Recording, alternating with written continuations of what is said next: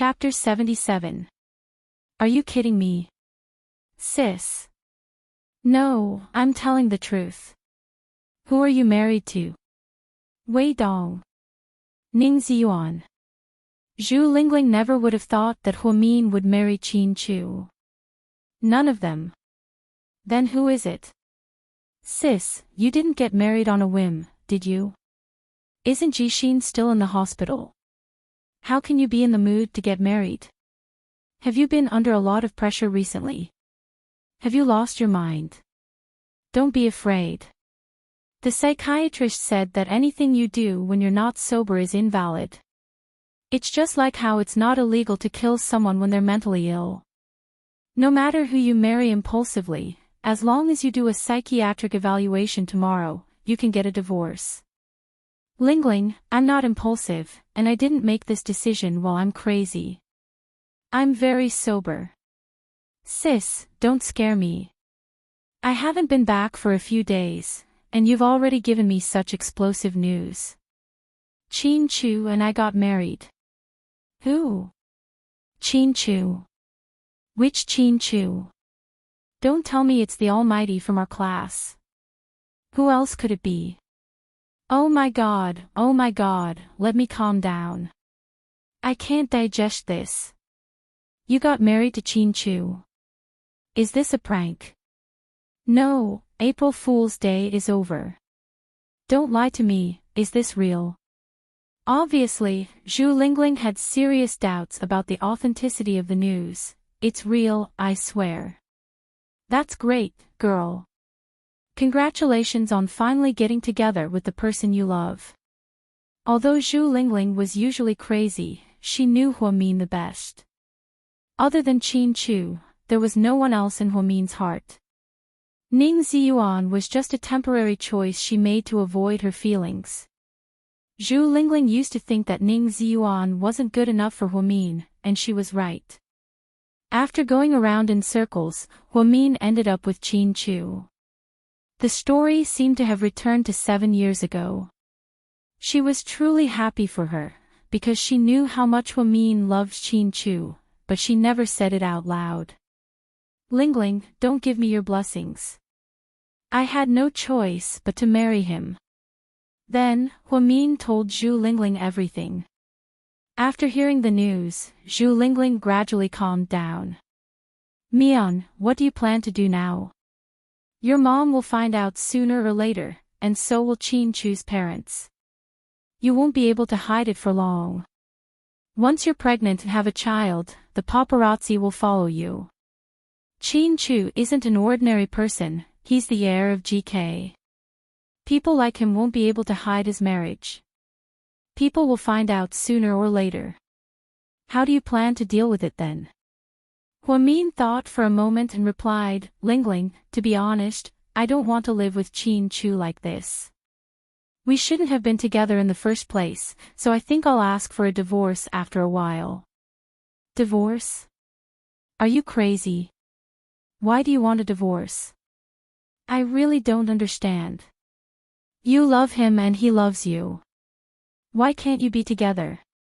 Lingling, there are too many things between us. We can't go back to the way we were before. I don't know why Qin Chu wants me to marry him. I think it's because I dumped him 7 years ago and he's not happy about it. Aren't all men like this? They always want what they can't get. I think he won't be like this when he gets tired of me. I don't think Qin Chu is that kind of person. Mian, there's something you might not know. During the class reunion, Qin Chu personally invited Mr. Yao from New Zealand. Mr. Yao was the one who called you. You can see how much he wants to see you. So what? Too many things have happened in the past 7 years. Plus, Uncle Jing can't come back to life. I don't want to hurt my mom even more.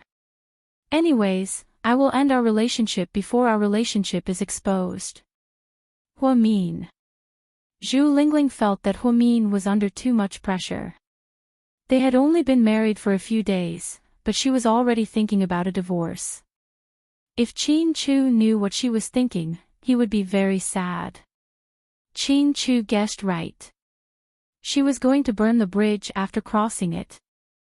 Huomi knew that it was unfair to Chin Chu when they got married. But how could there be fairness in this world? After chatting with Zhu Lingling on WeChat for a while, Huomin felt a little sleepy and fell into a deep sleep. Midnight, Chin Chu quietly walked in and tucked Huomin in. Then, he stood by the bed and looked at the sleeping Huomin. His gaze was extremely gentle. He really wanted to lower his head and kiss her, but he was afraid that if she woke up, it would be even more awkward. After quietly watching for a while, Chin Chu quietly left Huomin's room. His gaze turned cold as he took out his phone and made a call. Gao Ran, find me a blue truck with license plate number HC9649. It appeared on the road in front of the first hospital at 9 p.m. Pull up the nearby surveillance cameras and find out the owner of the truck and where it went. Using his super memory, he called Gao Ran. He really wanted to know who had the guts to try to kill his baby. Chapter 78. Bro, what are you doing in the middle of the night? Gao Ran was still half asleep on the other end of the line. That's all, I want the information tomorrow morning. After speaking, Chin Chu didn't wait for Gao Ran to reply and hung up the phone. The next morning, when Huomin woke up, to her surprise, Chin Chu was still there. She remembered that he left before 7 a.m. every day. When the two of them met in the morning, it was a bit awkward. Especially when Huomin hadn't washed her face yet and her hair was still messy. You're not at work yet? Yeah, I don't have much to do today. Chin Chu was reading the financial newspaper as he sat at the dining table. On the dining table were two sets of breakfast, Western breakfast again. To be honest, Huomin was already a bit sick of eating breakfast. However, if he didn't eat the breakfast that Huomian made out of kindness, it would be too pretentious of him. You seem to like Western breakfasts? Huomian asked, unsure of what to say. Chin Chu put down the newspaper, glanced at her, and replied, because I don't know how to make Chinese breakfast. Huomin was completely speechless. No wonder he had Western breakfast every day and spaghetti and steak for supper. It turned out that he didn't know how to make Chinese breakfast. Ahem, then I'll do it from now on. No, I'll get a maid to do it. Trust me, it's not bad, Huomin explained. I didn't marry you to make breakfast. My wife doesn't need to do anything. She just needs to do what she likes. Huomin really wanted to say, Chin Chu, if you spoil me like this, I'll become arrogant. However, it wasn't appropriate for her to say these words. After all, things were still a bit weird between them. Are your injuries better? Yeah. Remember not to touch water. Yeah. Chin Chu nodded. I'm done eating. I'm going to wash up and go to work. I'll drive you.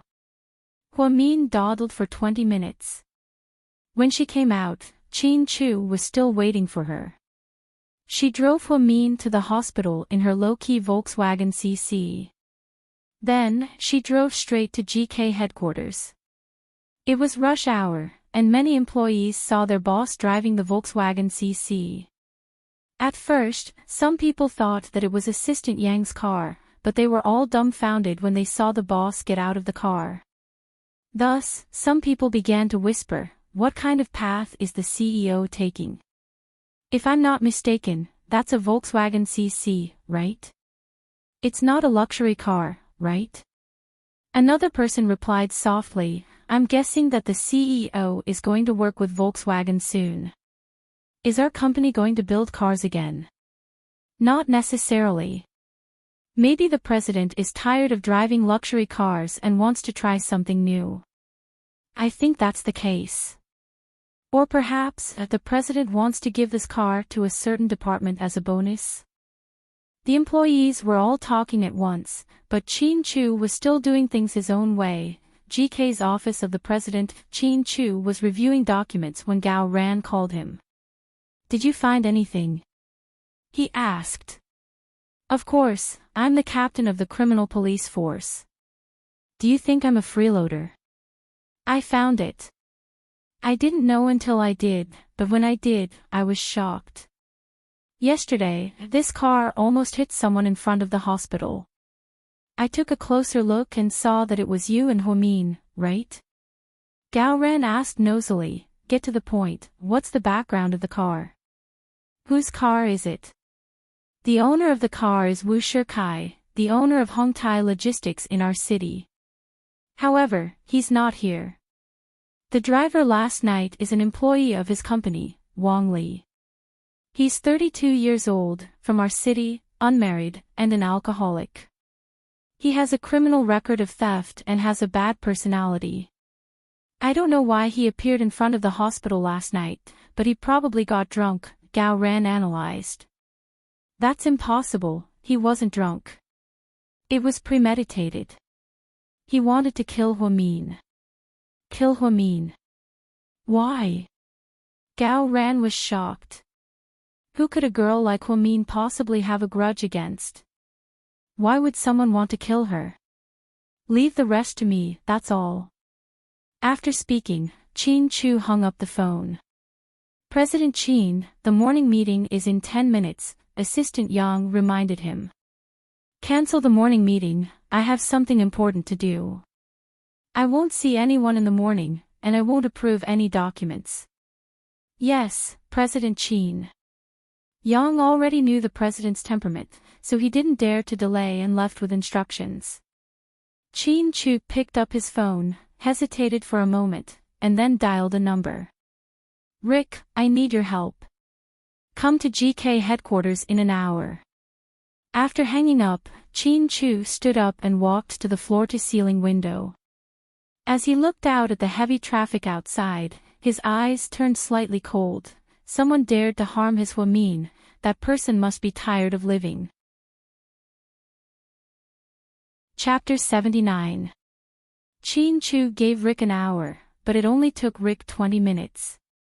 A fiery red Ferrari stopped in front of GK, and a tall man in a black leather jacket got out of the car. His appearance caused a commotion in GK.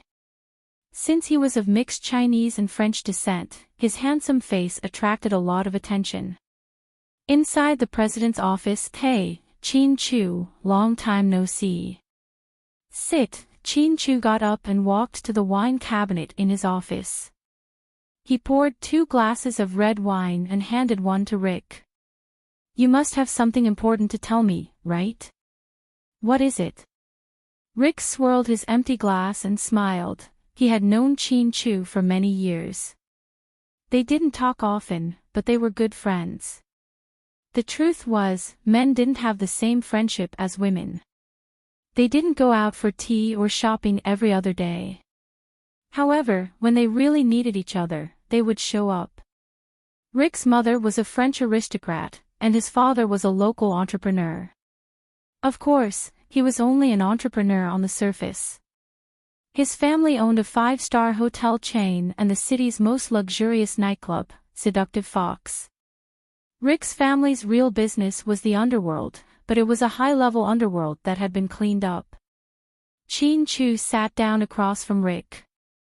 He looked down at the red wine in his glass and slowly said, Wang Li, male, 32 years old, employee of Hongtai Logistics. Get rid of him. Rick made a throat-slitting gesture. Qin Chu shook his head. Last night, he drove a truck and deliberately hit people in front of the city hospital. Someone must have ordered him to do that. I need you to help me find out who it is. What happens after you find them? Kill them all. No, sometimes being alive is scarier than being dead. Let them reap what they sow, anyways. I don't want to leave any loose ends behind. Qin Chu was worried about Huamin's safety, so after much thought, he decided to ask Rick to take care of him. Got it, leave it to me. Thank you. Qin Chu nodded in gratitude at Rick's loyalty. What are you thanking me for? It's all thanks to you that my brother's incident in America last time. Anyway, no matter when, just ask me. Rick finished the red wine in his glass in one gulp, stood up and patted Chin-Chu's shoulder. Yes. By the way, how did this person offend you? Why are you asking me personally, huh? Rick was very puzzled. This kind of small punishment could be solved by Chin-Chu in minutes. Why did he need to use him, a violent gangster? Because, they almost hurt the person I care about the most, Chin-Chu said word by word. The person you care about the most. Oh, I see. Looks like you're already with her. Congratulations. Rick smiled and turned to leave. For his friends who had known Chin-Chu for many years, they all knew that Chin-Chu only cared about one woman in his life. First hospital during his lunch break, Hwa-min was drinking water in the lounge when he recalled the frightening scene from yesterday. If Chin-Chu hadn't hugged him in time and dodged, he would have been a corpse by now. The big truck was very fast and ferocious. Moreover, there was a speed bump in front of the hospital, indicating that it was not allowed to speed up. However, that person was still driving so fast.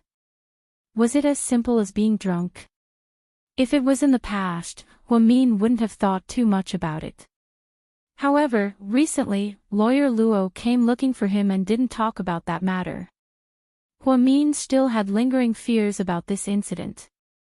Lawyer Luo's warning was very clear. She didn't listen, but that didn't mean that they didn't dare to do it.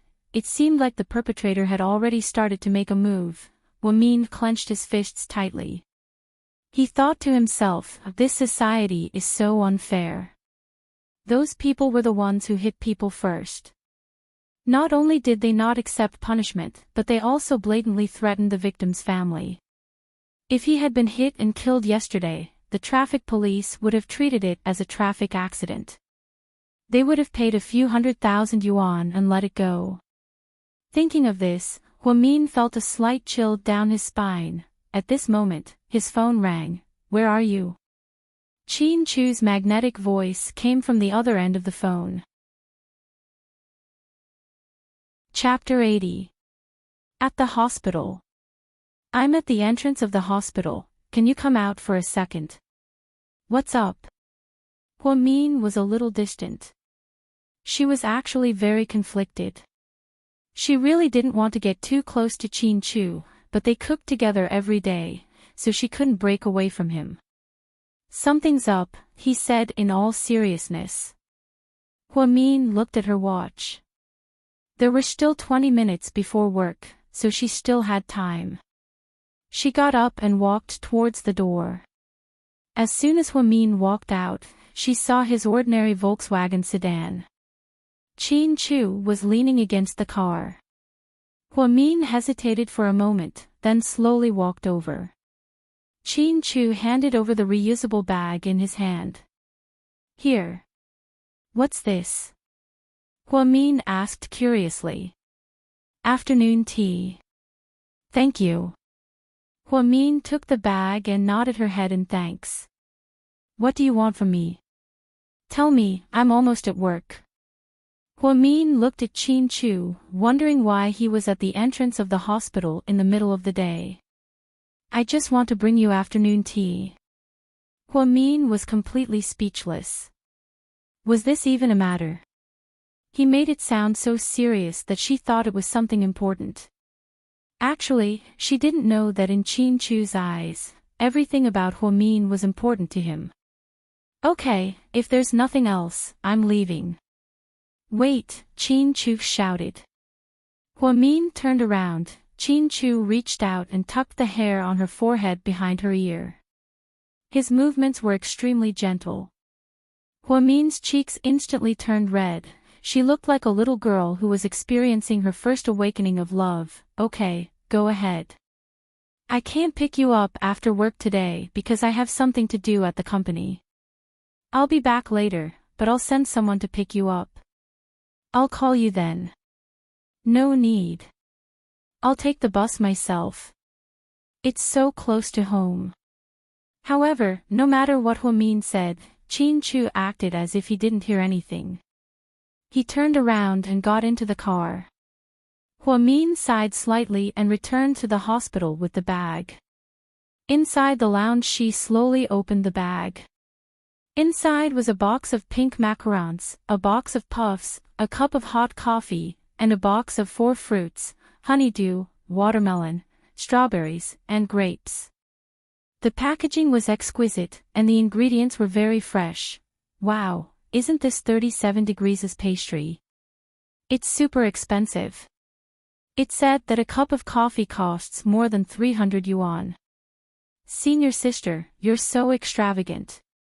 Tell me, did you buy a lottery ticket for 5 million yuan? Huang Yu came over and exclaimed when she saw the brand on the package. No, someone gave it to me. Why would I buy something so extravagant? 37 degrees. Min knew about it. It was the largest coffee shop in the area, and it was a place that specialized in afternoon tea. Most of the time, only socialites and rich women went there because ordinary people couldn't afford it. A cup of coffee cost more than 300 yuan, and apparently, even an ice cream cost more than 500 yuan. The prices were shockingly high. She estimated that the things Qin Chu bought cost at least 1,000 yuan. 1,000 yuan was almost equivalent to her monthly living expenses. Now, Qin Chu actually bought her 1,000 yuan afternoon tea. Min felt a faint pain in her heart. Perhaps she was used to being poor all these years, so she really couldn't bear to spend money like this. Someone gave it to you. You're probably a suitor. Tell me, who gave it to you? Huang Yu smiled mysteriously. No, my best friend gave it to me. That flight attendant's best friend. You know who she is. Min had no choice but to use Zhu Lingling as an excuse. After that, the afternoon tea was distributed to a few young nurses in the department, and everyone ate with relish. Just as she was about to go to work, a male doctor suddenly knocked on her door. Excuse me, is Min here? I am. Min wiped the corner of her mouth, stood up, and said, Here, this is for you. The male doctor suddenly took out a bouquet of red roses from behind him. Min was momentarily dumbfounded. The point was, she didn't even know the guy in front of her. Could someone tell her what was going on? Chapter 81. Do we know each other? Min asked in confusion. The male doctor was wearing black-rimmed glasses and looked a little shy. You might not know me, so let me introduce myself. My name is Zhu Qing. I'm a doctor from the 2nd Ophthalmology Department of our hospital. I've seen you many times, and you used to come to my department a lot. You're Dr. Ning's girlfriend, right? But I heard that you guys broke up recently, so I thought this might be my chance. I've been secretly in love with you for a long time. You look gentle, cute, pretty, and have a great body. You're my type, right? The male doctor rattled off a bunch of words and then sincerely handed over the roses. Min felt like he was struck by lightning. Wasn't this too dramatic? The nurses behind him almost couldn't hold back their laughter. Min glanced at the roses and then at Dr. Zhu. He said helplessly, I'm sorry, you're not my type. Then what type do you like? I can change it. Dr. Zhu didn't seem to give up. Min quickly waved his hand. No, don't change it, I can change it. Anyways, thank you, but I can't take the flowers. Min, please reconsider. It's really okay, I have to go to work. I'm in a hurry, so I'll be going now. Thank you. After he spoke, Min didn't wait for Dr. Zhu to say anything else. He walked into the OB/GYN consultation room through a side door and hid. Dr. Zhu was obviously disappointed. He stood at the door dejectedly. At this time, Huang Yu walked up and smiled. Hey, idiot, don't think about my senior, she won't like someone like you. Go back and take a good look in the mirror. It's not your fault that you're ugly, but it's wrong of you to come out and scare people. After she spoke, Huang Yu giggled and ran away. Dr. Zhu stood there dumbfounded. After a while, he slowly walked out with the flowers in his hands. He had been secretly in love with Huamin for a long time. In the past, whenever he saw Huamin and Ning Ziyuan talking together and seeing their dimples when they smiled, he felt especially warm. Later, He-Man told him that Ning Ziyuan and Huamin had broken up, so he wanted to give it a try. He didn't think that she wouldn't even give him a chance. Dr. Zhu was indeed a little ugly, but that wasn't the point. Most importantly, no matter how handsome he was, Huamin wouldn't accept him. To her, there was someone who had been deeply planted in her heart since 7 years ago, and no one could replace him. After manager Huamin, Hua, and Huamin, Huamin. The assistant didn't understand what the boss wanted. He had been busy the whole morning and didn't even have time to eat lunch. He only arrived at the airport when he was about to board the plane. He felt that the boss was always mysterious. Could it be that Huamin had a mistress? Was it the woman with a different identity from last time? Assistant Yang thought to himself. President Qin, these are the contracts that you signed with the client this afternoon. Here's the information, you can go through them on the plane. Okay. President Qin, you haven't had lunch yet. I wanted to order takeout for you, but it's too late. Why don't you eat something on the plane? I heard that the lunch in first class is pretty good. Okay. Qin Chu nodded. He was in a good mood. Have you booked the return flight? Not yet. There are only flights after 12 p.m., and it'll be 3 a.m. by the time you get here. I didn't want to disturb your rest, so I booked a hotel for you. It'll be better if you fly back tomorrow morning. No need, cancel the hotel and book the flight at 12 p.m. President Qin, it's too rushed. You'll be very tired. Book the flight. After saying these 3 words, Qin Chu turned around and walked towards the VIP entrance. Assistant Yang was speechless when he saw how stubborn his president was. Just how much did his president miss his home? He had to fly back in the middle of the night. It seemed like he didn't have a good relationship with the chairman and his wife. At the first hospital, when Huamin got off work, she received a call saying that Qin Chu ordered them to pick her up. Of course, she didn't know that Qin Chu was worried that she would be in danger, so he sent bodyguards to pick her up. Although the hospital was only 10 minutes away from home, Qin Chu was still worried.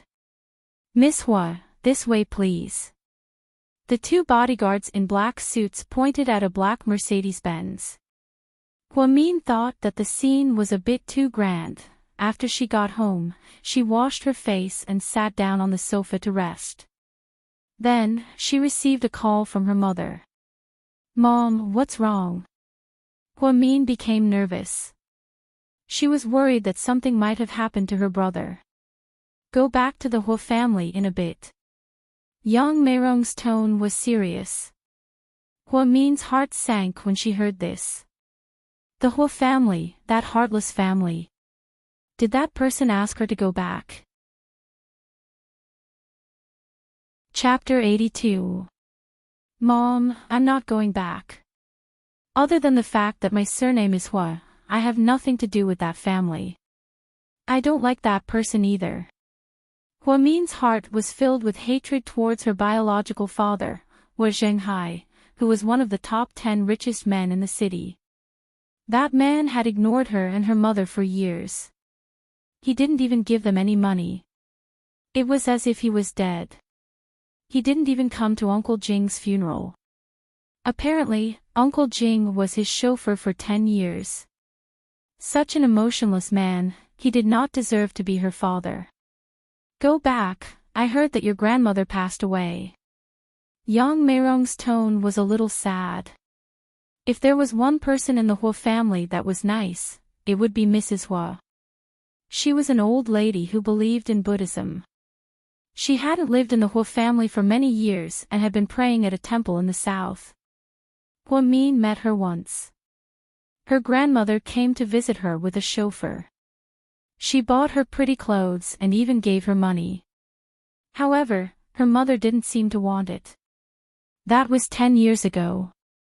At the time, Huamin was only a teenager. Upon hearing that her grandmother passed away, Huamin's heart skipped a beat. It was an uncomfortable feeling. Don't worry about the others. Your grandmother was nice to you. She even came to visit you before. You should at least give her 10%. Okay, I got it. After hesitating for a moment, Huamin finally nodded. She walked to her closet and wanted to find a black shirt to wear to the funeral. Suddenly, she remembered that she had moved and didn't bring her things with her. Now, other than the white lab coat that she wore for work, she was wearing a white t-shirt and jeans. She opened the wardrobe door with melancholy and was shocked by the clothes in the wardrobe. There were dozens of clothes. They were all new and had labels. They were all luxury brands, and each one cost at least 4 figures. Dresses, jeans, t-shirts, sweaters, jackets, dresses, shawls. Everything was there: LV, Chanel, Versace, DG, Dior, Gucci, Prada, Valentino. Everything was there. Was he going to move a store here? Huamin randomly picked up a label and looked at the size. They were all size S, just the right size for her. Was all of this prepared by Qin Chu? But why hadn't he told her about it before? This guy. After recovering from the shock, Huamin took out a black dress from the wardrobe and put it on. It actually looked exceptionally good. She got into a taxi and arrived at the Hua family's villa in the western suburbs 40 minutes later. From afar, he could see many black cars parked outside. It seemed that they were all here to pay their respects. Huamin slowly walked in. I'm sorry, please show me your invitation. The security guard at the door stopped Huamin. Huamin had never entered this house, so the security guard naturally did not recognize her. I'll help Grandma. Huamin didn't finish his sentence. She saw a black Maserati stop beside her and roll down the window. Hua Xichen said to the security guard, "Let her through. She's my sister." "Yes, young master." The security guard opened the door, and Huamin walked straight in. After Hua Xichen parked the car, he ran up to him. "I didn't expect you to come. I thought you didn't want to come to this house." "Of course I don't want to come to this house. I just want to send Grandma off." "It has nothing to do with anyone else," Huamin said coldly. "Mian, you look beautiful today." After speaking, Hua Xichen didn't wait for Huamin to speak and walked towards the morning hall. "You're crazy." Huamin looked at his back and cursed. What kind of day was this? It was a day of mourning. Was this the time to praise someone's beauty? Huamin always felt that Hua Xichen wasn't normal, even though he was very popular with women and had a high status in the family. Huamin also walked towards the morning hall. Everyone in the Hua family was kneeling there. First Madame Jiang Hong, second Madame Shinjiani, Hui Yanyan, and Hua Si were all there. In the middle was her biological father, Hua Zhenghai, whom she hadn't seen in many years. "This is..." Hua Zhenghai looked at Huamin and didn't recognize him at all. "Dad, this is Huamin," Hua Xichen introduced. Hua Zhenghai was obviously slightly surprised when he heard this. He was the one who called Yang Meirong and asked Huamin to come home. However, he really didn't know that the child had grown up so quickly. After hearing that it was Huamin, everyone looked over. Huamin just stood there quietly. There wasn't a trace of emotion on his face. Chapter 83. Huamin. Which Huamin? Is he the bastard that my father had with another woman outside? Hui Yanyan, Hua Xichen's daughter, said this. This girl was spoiled to the point that she didn't care about anyone, so her words were vicious. Who said I'm an illegitimate child? If that's the case, then you're also an illegitimate child, since you're also an illegitimate child. Hua Xiqian said this with a smile, so it looked like he was joking. Xinjiani's expression changed slightly when she heard this. Hui Yanyan was also unhappy. Big brother, how can I be the same as her? I grew up in the Hua family, and my mother has status. Who does her mother think she is? She's just a bitch who ran away with a chauffeur. Hua Min glanced at Hui Yanyan and said coldly, a cultured person wouldn't open her mouth and curse. It seems like the socialite of the Hua family is only so-so. Who are you calling uncultured? Hui Yanyan was furious when she heard this, and she almost stood up. Xinjiani pulled her back. Yanyan, don't cause trouble. Can't you see where we are? Since you're here, let's watch the coffin together. Quan, get her a mourning cloth, Hua Zhenghai, who had been silent the whole time, said. Yes, master. Then, a servant brought in a long white mourning cloth. Hua Min took it and tied it around his head. Then, he slowly knelt down in front of the mourning hall. In the middle of the mourning hall was the old madam's portrait. Hua Min felt terrible, but it wasn't to the point of tears. That would seem too fake. The Hua family also knelt for a while and then rested. Hui Yanyan only knelt for a while before she said that she was dizzy and was helped into the mansion. Hua Si also ran out, saying that he was entertaining a friend. After that, only Hua Min and Hua Xiqian were left in the mourning hall. Mian, take a rest if you're tired. You don't have to keep kneeling. I'm not tired, Hua Min replied while burning paper in the basin. It'll be dinner soon. Get up and wash your face first. I'm not hungry. Hua Min refused again. Hua Xiqian quietly stared at Hua Min's face. After a while, she said, if it weren't for the nanny's funeral, I'm afraid you wouldn't even enter this house, right? Yes. You're really straightforward. Hua Xiqian smiled slightly. Hua Min didn't say anything else. He just silently recited some words of blessing. Half an hour later, dinner time. Hua Zhenghai looked around but didn't see Hua Min, so he asked, where's the kid? She's still standing vigil. I asked Xiqian to call her, but she said she wasn't hungry and didn't have an appetite, Jiang Hong said. What do you mean she's not hungry? I think she's faking it. She wants to impress Dad. Women like her are the most hypocritical, Hui Yanyan interrupted. Yanyan, don't say things like that. Mom, I'm telling the truth. My classmates said that people like her, who come from a humble background, seem innocent, but are actually the most scheming. Because she lived at the bottom of society, she's seen a lot of ugly things. She's not that innocent. Dad, don't believe her. Hua Zhenghai glanced at Hui Yanyan and didn't say anything. Hua Min doesn't look like she's faking it. She doesn't need to suck up to Dad.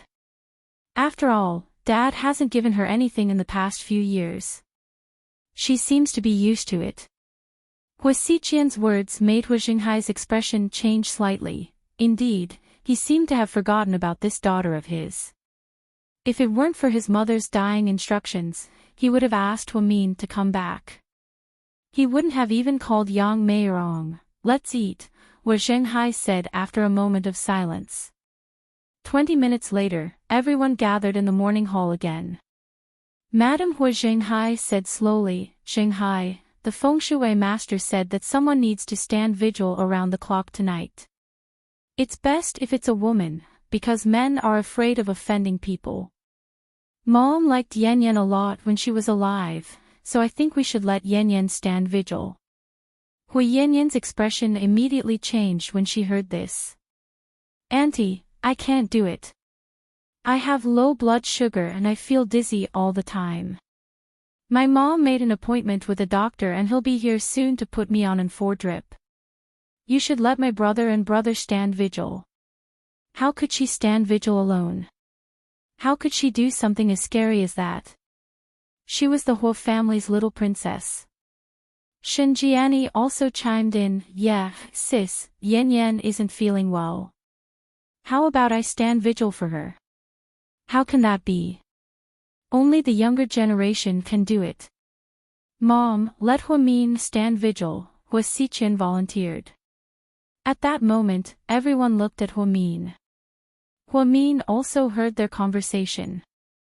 It was just a vigil, it was her wish to see her grandmother off. Can you do it alone? Madame Hua Zhenghai looked at Huamin and asked. Chapter 84. Huamin nodded, Hua Xiqian smiled. See, I knew little sister Mian was the most reliable. You can only see a person's true colors at critical moments. Big brother, what do you mean? It's not that I don't want to watch over grandma's coffin, I just don't feel well. Hui Yan hurriedly explained. Okay, stop arguing. It's settled then. Huamin glanced at Hua Zhenghai with a complicated expression. After 9 p.m., Huamin was the only one left in the huge mourning hall. There were wreaths on both sides, and in the middle was grandma's coffin, which contained her body. Apparently, the funeral wouldn't be held until tomorrow, so they had to stay overnight. Huamin graduated from medical school and worked in hospitals for so long that he was numb to the sight of corpses. Plus, it was his family, so he wasn't afraid. However, he didn't expect Hui Yanyan to be so timid. He really couldn't count on them. She silently lowered her head and burned the joss paper. Suddenly, she heard footsteps behind her. Thank you, for your hard work tonight. The old voice was clearly Hua Zhenghai's. It's my job, Huamin replied faintly without turning around. I heard you didn't eat anything tonight, so I asked someone to make supper. It'll be here in a bit. I'm not hungry. Your mother, is she okay? Hua Zhenghai hesitated for a moment before asking. Thanks to you, she's doing very well, Huamin said on purpose. You guys are all the same. You're both so headstrong. President Hua, you must be joking. It's good that we're self-reliant. After all, no one in this world can be relied on forever. Relying on ourselves is the way to go. Huamin's words made Hua Zhenghai feel like he was invincible. Huamin, back then. Sorry, I'm not interested in what happened back then. If there's nothing else, President Hua, please leave. Didn't the feng shui master say that only one person can do it? Have you ever thought about coming back? No. Do you know what you'll lose if you refuse my offer? It's nothing more than inheritance rights. I'm not interested. President Hua, you don't have to feel guilty. After my grandmother passed away, I will never return to this family again. You. Hua Zhenghai didn't expect that Huamin didn't want to come back to the Hua family. She didn't want to come back even when he invited her. She heard from Xiqian that this child was now working in the hospital as an intern nurse. It seemed like she wasn't living a good life. With one word, he could arrange for her to be a high-ranking executive in the Hua Corporation with a high salary and no work. But she refused. She was just as stubborn and willful as her mother, inside the Hua family villa. Xiqian, I see that you're quite nice to that child. Do you have any private dealings with her? Jiang Hong asked as she held her teacup. No, I do want to interact with her, but she doesn't seem to like me. I can see that you're very protective of her. Do you have any plans? Hua Xiqian walked behind Jiang Hong and gently massaged her back. Mom, what do you think? You're not going to help her come back to the Hua family, stand on our side, and get an extra share, right? Jiang Hong knew her son well. Although he wasn't her biological son, she raised him since he was a child. She knew that he wasn't someone who would take advantage of others. That's a great idea, but it's not going well. That girl doesn't seem to want to come back. Maybe the Hua family shares are a temptation, but she might not want them. Plus, she's living a normal life now. Really? I'll ask her later. If you want, I'll help you. No need, Mom. You should enjoy your old age. I'll take care of the internal strife. I won't care about those two idiots. Hua Xiqian smiled slightly. Qin Chu's flight was supposed to take off at 12 o'clock a.m. and arrive in the city at 3 o'clock a.m. However, he thought it was too late. After signing the contract, he drove to another city's airport and took another flight to come back earlier. It was only 11:50 a.m. when he got off the plane. He went straight to his home in Imperial Park after getting off the plane. He thought that Huamin would be fast asleep, but when he opened the door, there was no one there. Huamin's voice rang out. She adjusted the vibration so as not to disturb her grandmother's rest. What is it? You didn't come home? Asked Qin Chu. I'm at the Hua residence, replied Huamin calmly. Qin Chu frowned slightly. He knew the relationship between Huamin and the Hua family very well. Didn't Huamin hate going back to the Hua family? Grandma passed away. I'm here to keep vigil, explained Huamin when Qin Chu didn't say anything. My condolences, comforted Qin Chu. I will. Are you the only one keeping vigil? Asked Qin Chu worriedly when he heard the silence. Chapter 85. Yes, Huamin answered honestly. Are you scared? Qin Chu's voice suddenly became gentle, as if he was coaxing a child. Why would I be? I went to medical school, so I'm not interested in corpses anymore. It's just that when I think about my grandmother lying inside, I can't help but feel sad. Birth, old age, sickness, and death are the laws of nature. None of us can change them. Don't take it too hard. I know. After Huamin said this, he added, Why are you still up so late? I just came back from a business trip. So late? Yeah. Then you must be tired. Rest early, Huamin said softly. To her surprise, Qin Chu had no intention of resting at all. He replied, Let's keep the call going. I'll stay with you. Perhaps he was afraid that Huamin would reject him, so Qin Chu added, I'll stay with you like this. Huamin had no reason to reject Qin Chu's kindness. She knew what kind of person he was. She didn't know if it was because she had stayed up all night, but her eyes felt slightly sore. Okay. After a long silence, Huamin only replied with one word. Then, she put down her phone. The screen showed that the call was still going on. It was just that the two of them didn't speak anymore. This kind of company was undoubtedly the most special. Although it didn't really mean anything, Huamin felt that she was no longer alone on this sad night. Huamin silently burned joss paper for her deceased grandmother. She didn't feel sleepy at all until the sun rose. At 5:30 in the morning, the sun had just risen.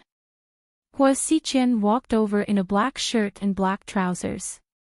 He was holding an old LV scarf in his hand. Before Huamin could say anything, he directly put it on her. I don't need it. Just put it on. That belonged to your grandmother when she was alive, unless you don't like it. Hearing Hua Xiqian's words, Huamin felt a little embarrassed to refuse. Otherwise, it would seem as if he despised his grandmother's things. Hua Xiqian looked at Huamin from head to toe and smiled. Little sister Min, the dress you're wearing must be expensive. You're mistaken. It's a high-quality imitation. Oh, really? As a nurse, I don't think your salary is that high. But then again, your job doesn't pay that much. Have you ever thought about coming back to the Hua Corporation to help me? Sorry, I'm not interested in the Hua Corporation. Huamin decisively refused. Xiqian seemed to have expected Huamin to say this. He just smiled and said, "Oh, do you have a grudge against money?" "No, I have a grudge against you." Xiqian spread out his hands innocently. "Little sister Mian, I've always been very friendly to you. You shouldn't treat me like this." Huamin didn't say anything. Just then, a yin-yang master walked over and said, "It's time to wake up. Go and get ready. We'll be leaving the city at 7 p.m. for the burial." Huamin slowly stood up after hearing this. However, she realized that her knees were too numb from kneeling. As soon as she stood up, she fell to the ground. Xiqian subconsciously went to help her up, but she dodged and fell to the ground. "Why are you doing this? I can't eat you." Xiqian was a little helpless. Huamin didn't say anything. She slowly stood up with the help of an iron pole and walked towards the resting area. Seeing how stubborn Huamin was, Xiqian's smile deepened. Huamin found a quiet place to sit down. Suddenly, she remembered that her phone was still on. She was probably still on the phone with Qin Chu. Then, he must have heard her conversation with Xiqian, right? She took out her phone and saw that the call was still going on. She didn't know if Qin Chu was asleep, so she carefully took the phone and asked, "Qin Chu, are you asleep?" Chapter 86. To her surprise, Qin Chu faintly said, "Stay away from that pervert, Xiqian." For a moment, Huamin didn't know how to respond. "Did you hear me?" Qin Chu warned her childishly. "Emichim, I know. The funeral is at 7 p.m., right?" Qin Chu overheard the yin-yang master say over the phone. "Yes." Huamin nodded. "Then I'll wait for you at the cemetery." "It's okay, I'll go to work at the hospital. I've already applied for leave for you. You can rest at home today." Huamin was speechless again. How fast was the Almighty? He even applied for leave. However, she was curious. The clinic had been so busy recently. Would the head nurse be so easy to get leave? "The head nurse, she agreed to give me leave?" Huamin asked in disbelief. To her surprise, Qin Chu casually said, "I called Wu Zhongxing." "Okay, you win." When she heard Qin Chu call President Wu, Huamin felt like her blood was about to freeze. A nurse intern in the OB/GYN department wanted to apply for leave, and she directly called the hospital director. Was she looking for trouble? But then again, with Qin Chu's status, if he called President Wu, even if it was a year, President Wu wouldn't complain. "That's all, see you in a bit." After speaking, before Huamin could say anything, Qin Chu hung up the phone. Coincidentally, just as he hung up, the phone notified him that it was out of battery. For 6 to 7 hours, Qin Chu stayed with her on the other end of the phone, and he didn't fall asleep. How strong was his willpower? Sometimes, Huamin had an illusion that Qin Chu still loved her deeply, although he never said it. However, that was just an illusion. Most of the time, after calming down, Huamin felt that the only thing left between Qin Chu and her was unwillingness. She couldn't accept being dumped 7 years ago. She couldn't accept the one-sided breakup 7 years ago. On the day of the funeral, the weather was gray and the wind was strong. Huamin's heart was heavy. There were more than 60 people in the Hu family, including their relatives. There were also more than 100 guests outside. The grand motorcade consisted of more than 100 black Mercedes-Benzes lined up in a row. The scene was extremely grand. The leading car was a black Rolls-Royce with a portrait of the old lady hanging on the front. All the mourners were dressed in black with white cloth strips on their arms. There were even a few local media outlets that deliberately followed the news and reported on it, creating a huge commotion. Huamin wore a black dress and black sunglasses. She followed behind the crowd and became an inconspicuous presence.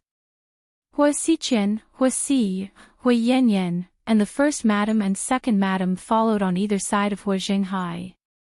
Naturally, she was the one who appeared the most on camera. Hua Yanyan was different from yesterday. She cried like a pear blossom in the rain, and her eyes were red and swollen. It was heartbreaking to see her. The media gave her a close-up, and the host explained in front of the TV. The daughter of the Hua family, Hua Yanyan, attended the funeral. Miss Hua looks very sad, and her eyes are red and swollen. I heard that she was keeping vigil for her grandmother last night. Not only is Miss Hua sweet, but she's also very caring. What a rare good girl. Such a kind girl is rare in high society. It's obvious that the Hua family raised them well. When this was broadcast, Zhu Lingling almost vomited when she saw it on the plane. She was very close to Huamin, so she naturally knew about the Hua family situation. A few stewardesses discussed in private. Hua Yanyan is really good. She's pretty, kind, and even reincarnated into the Hua family. I wonder if she saved the galaxy in her past life. What are you talking about? That woman isn't as good as she looks. She's very evil. Don't believe the media's one-sided story. Zhu Lingling said angrily. If there was one good person in the Hua family, it would definitely be Huamin. The others were all hypocrites. How did you know, Lingling? Are you good friends with Hua Yanyan? A stewardess asked. Chapter 87. How could I be friends with that kind of person? If that were the case, I would be so depressed, Zhu Lingling replied with disdain. The funeral procession went all the way to the North Hill Cemetery. The old lady was buried at the top of the hill. It was said that the cemetery cost 50,000 yuan per square meter. It was shockingly expensive. The Hua family bought over 2,000 square meters of land and turned it into a cemetery for the Hua family.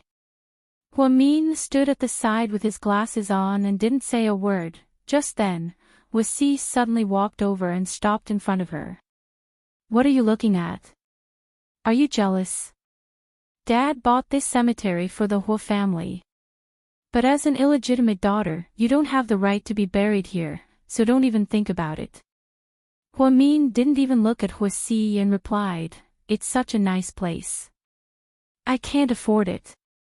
Of course, Hua Si said proudly. So, should I wish you a quick burial? Huamin added. What did you say?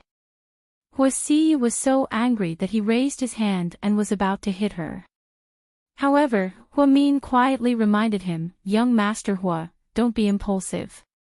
The media is here and they're just waiting for some pictures to show you. If you want to be in the headlines, then go ahead and hit me. I'll cooperate with you.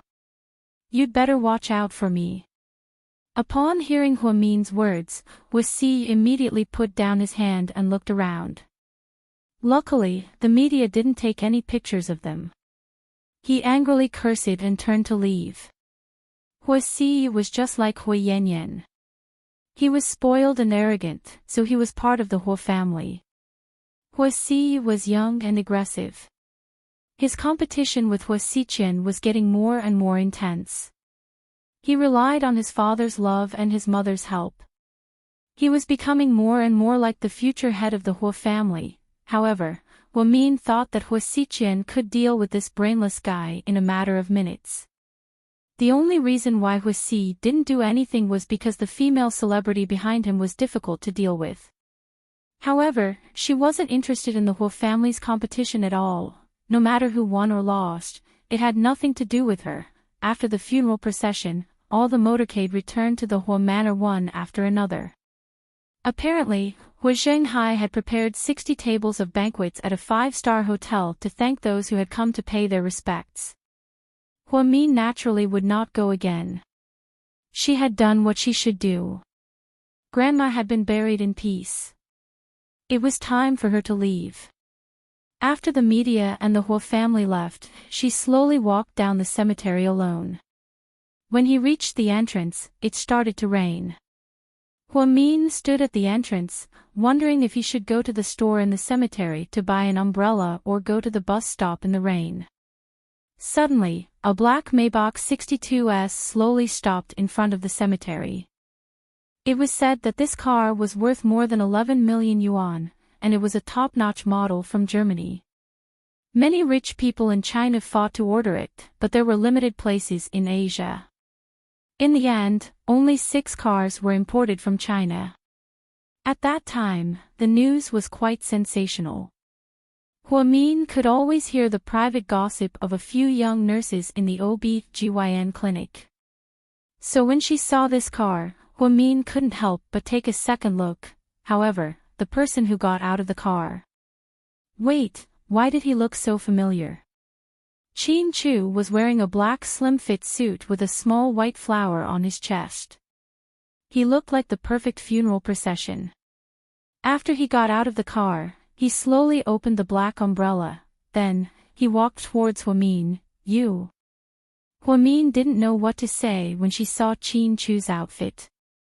She knew that he was dressed like this out of respect for grandma. If I didn't come to pick you up, were you planning on going home in the rain? Qin Chu looked at Huamin and asked. Aren't you here now? Huamin paused for a moment before slowly speaking. Qin Chu was a bit helpless. He took out a white handkerchief from his pocket and wiped the rain off Huamin's forehead. Get in the car. Huamin sat in the top-notch Maybach and looked at the handsome man in front of her who was acting as her chauffeur. At this moment, she felt like the person who saved the bank in her past life wasn't Hui Yanyan. It was her. Qin Chu, ahem, isn't your car too high profile? Huamin couldn't help but ask after holding it in for a long time. Sea City's first Maybach was so high profile that it would definitely attract a lot of attention. Was it really a good idea for him to attract hatred like this? Chapter 88. Qin Chu said faintly, "This is the only black car left in the garage." Huamin was speechless again. Rich people could do whatever they wanted. Qin Chu drove all the way to Imperial Park. After Huamin went upstairs, she suddenly felt a sense of belonging. No matter how busy or tired you were, you would feel at ease when you returned to a place. Maybe it was a habit or because she was too tired, but Huamin curled up on the sofa and fell asleep after changing her shoes. Qin Chu saw her like this and frowned slightly. His heart ached for her. Then, he took out a white blanket from the bedroom and covered Huamin with it. Huamin fell asleep in a daze and had a dream. In her dream, her grandmother was sitting on a green rock in front of the temple, embroidering a handkerchief. She heard that her grandmother was born into a rich family and her embroidery skills were excellent. Later on, her family fell apart and she had to wander around with her grandfather. Later on, her grandfather started from scratch and owned a small factory. He became busier and busier, and her grandmother was left to do some handicrafts at home. 25 years ago, before Huamin was born, her grandfather passed away from lung cancer. Old Madame Hua moved out and lived in the temple all year round, saying that she was praying for her grandfather. In the end, she was just an infatuated woman. Huamin and her grandmother had only met a few times, but because of that little bit of kinship, she still remembered it to this day. She dreamt that she slowly walked over, leaned on her grandmother's knee, and slowly fell asleep. The sunlight from the temple was exceptionally warm and enveloped her whole body. That kind of happiness was indescribable. When Huamin woke up, she saw a white blanket covering her body. It was made of bamboo charcoal fiber and was very smooth when it covered her body. Other than Qin Chu, she couldn't think of anyone else. She looked at her charged phone and saw that it was already 11:30 p.m. It seemed like she had slept for 3 to 4 hours. Huamin was a little hungry. She got up and yawned, then went upstairs to the sauna room on the second floor. There was a public steam room on the second floor where people could take a bath and steam themselves. The decoration was very Korean style. However, he had never used the hwamin because he felt that it was inconvenient because it was public. However, Chin-Chu wasn't home today. She was alone at home, so she wanted to sweat it out and get rid of her fatigue. After she finished showering, she realized that she had forgotten to bring a towel. In desperation, Hwamin had no choice but to grab a towel from the sauna room, wrap it around the key parts of his body, and then carefully walk out. When Hwamin walked along the corridor to the bedroom, the door of the study magically opened. Chin-Chu's sudden appearance left Hwamin completely dumbfounded. Then, an even more melodramatic scene appeared. In her nervousness, she wanted to hug the towels tightly, but the two towels actually loosened. Slowly descending, "Aw!" Hwamion shrieked and covered her face with her hands, not knowing what to do. This was because she heard a joke before. There was a bathhouse on fire, and many beautiful women ran out. Some covered their upper bodies, while others covered their lower bodies. Only one beauty calmly walked out and only covered her face. She proudly said that no one would know who she was like this. Then, Hwamin really did just cover her face. Chin-Chu was a little dumbfounded by her actions. Then, looking at her exposed body, Chin-Chu gulped and tried his best to control a certain desire in his heart. There are only two of us in the room, so, is there really a need to cover your face? Chin-Chu coughed and asked. Chapter 89. Get up, Hwamin panicked when she saw that Chin-Chu had no intention of leaving. Are you sure you're not trying to seduce me by walking up and down the hallway naked in broad daylight? Chin-Chu looked at Hwamin in amusement, his gaze never leaving her naked body. I thought you weren't home. Who knew you would be home at this hour?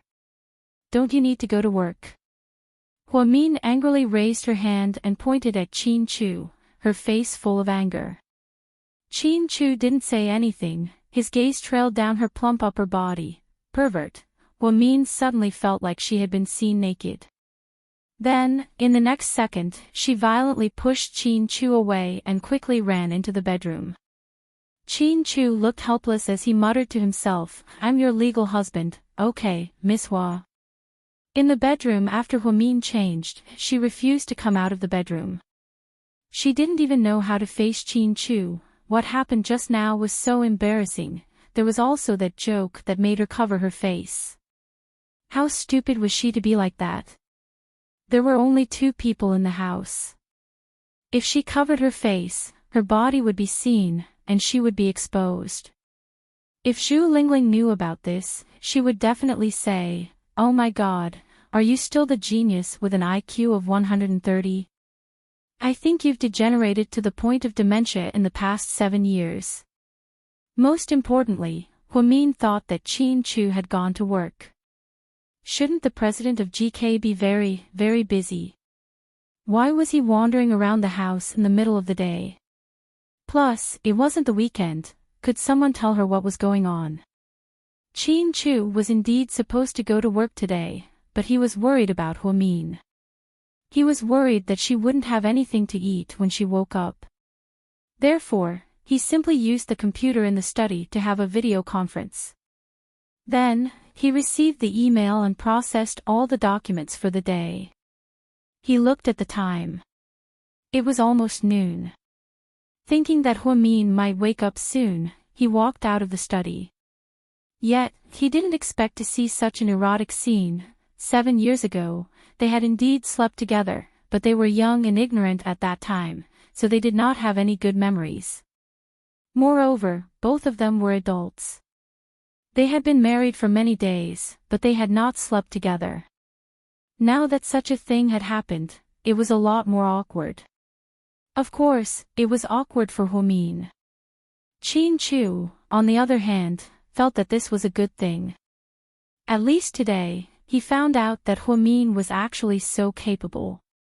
Who would have thought that a seemingly thin and weak body would actually have protruding areas and perky areas? For a moment, he really wanted to rush over and push her under his body to bully her. However, he knew that it wasn't the right time yet. Doing so would inevitably scare her. Chin Chu waited in the living room for a long time, but Huamin did not come back. In his heart, he guessed that she was embarrassed. Therefore, he walked upstairs and knocked on the door. "Hey, are you planning on hiding in the bedroom forever?" "Leave, I'll go out if you leave." "Even if I leave, it won't change the fact that I saw you naked." The corners of Chin Chu's lips curled up slightly. "Don't say any more." Huamin covered her cheeks. She felt as if her cheeks were on fire. "So, you're not planning on having dinner with me? Don't you have to go to work today?" Huamin asked helplessly through the door. "Yeah, so if you keep hiding, there's no point, because I'll be home the whole day." "How can you be so despicable?" Huamin said angrily. "I think, if there were cameras in the bathroom, that would be despicable, right?" Chin Chu said slowly. Huamin was completely speechless. "Come out, let's go eat."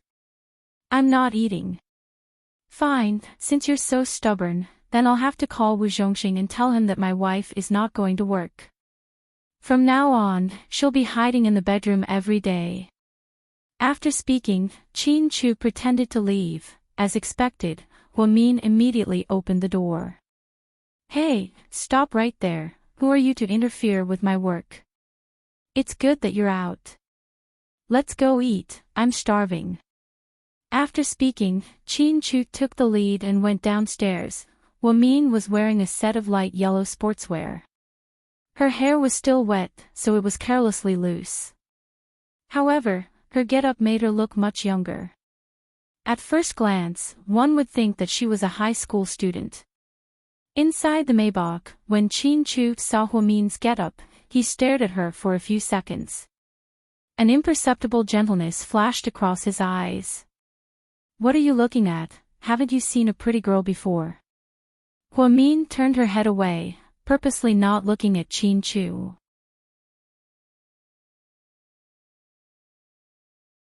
Chapter 90.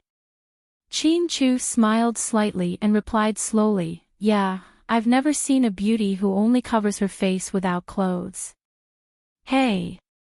Huamian felt so embarrassed that she wanted to dig a hole in the ground and hide in it. "If you don't stop, I'm getting out of the car," Huamin said as he opened the car door. However, Chin Chu grabbed his arm and said, "Stop messing around." Huamin felt the warmth of Chin Chu's palm through his clothes. Huamin felt his heart race. Then, Chin Chu pulled back his hand and focused on driving. The two of them were silent the entire way. 30 minutes later, the car stopped at the food street behind Second High School. Huamin looked at his alma mater and recalled a lot of memories. "I heard that this land is going to be occupied." "Really? When?" Chin Chu asked casually. "It should be this year. Last year, this place was marked for demolition. I heard that the school is going to be moved to the outskirts." "Why is the news I received different from yours?" "I heard that no one is going to move this land." "Really?" Huamin looked at Chin Chu in disbelief. "Yeah, I heard that it has no commercial value and no one wants it." After speaking, Chin Chu turned around and walked into a restaurant. Aoxian's Ramen. Aoxian was the name of this restaurant. The owner was a Taiwanese called Aoxian. He was in his 40s. His wife was a local, so he and his wife moved here 20 years ago. They had a son and a daughter and were very happy. When Chin Chu and Huamin were in high school, they often came here to eat noodles. Huamin came here because the noodles were not only delicious, but also very cheap. The ramen only cost 2 yuan a bowl. It was quite a lot. Although the side dish was only chopped green onions, it tasted really good. At first, Chin-Chu didn't like the food at the roadside stall and refused to come. Later, he couldn't resist Hua-Min's temptation and started eating as well. Habit is a scary thing. Once you get used to something, it's hard to change it. Hua-Min looked at the noodle shop. It looked exactly the same as it did 7 years ago. He felt as if he had traveled back in time. After breaking up with Chin-Chu, she basically never came back because she was afraid of touching something deep in her heart. She did not expect Chin-Chu to take the initiative to come here. "Boss, 2 bowls of ramen please," Chin-Chu said. "Okay." The enthusiastic boss answered while cooking the noodles. "Why are you still standing there? Come here." Chin-Chu shouted when he saw Hua-Min standing at the door in a daze. Only then did Hua-Min come back to his senses. He slowly walked in and took a seat. "Boss, how much is a bowl of your ramen now?" Hua-Min was curious.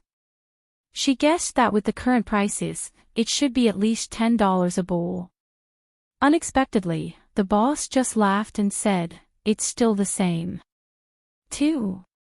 Hua-Min was shocked. "Yes. But the prices are so high now. Aren't you going to lose money?" Hua-Min was confused. The boss wiped the sweat off his forehead and smiled foolishly. "I'm not going to lose money. It's just that I make very little money." "Then why don't you raise the price?" "It's not like everyone can't accept it. Because I don't want to ruin everyone's childhood memories. A lot of kids who graduated from second high come back to eat here every year. Sometimes I really feel like I'm not selling ramen, but the memories of my childhood." "Boss, you shouldn't be selling ramen. You should be a writer. You're just like Chu." Hua-Min laughed. "I'm just an uneducated man who doesn't know anything about literature. But my wife said that happiness in this world can't be bought with money.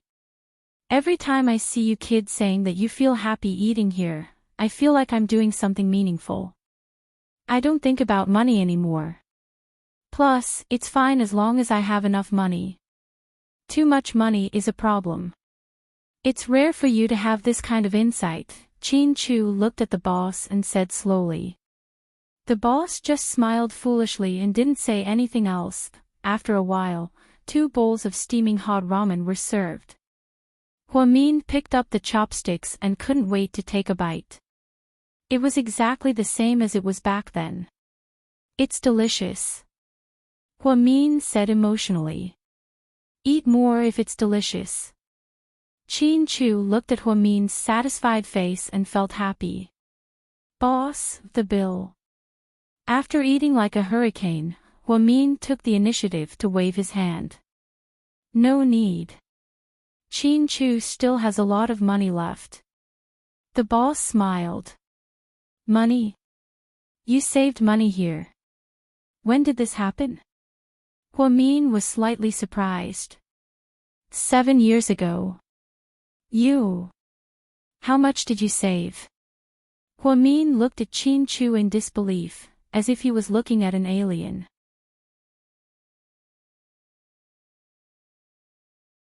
Chapter 91. 73,000 yuan. After hearing this answer, Hua-Min's mouth formed an O shape. Then, Chin-Chu continued, "A bowl of noodles is 2 yuan. If we eat a bowl every day, that's 4 yuan for 2 people. That's 1,460 yuan a year.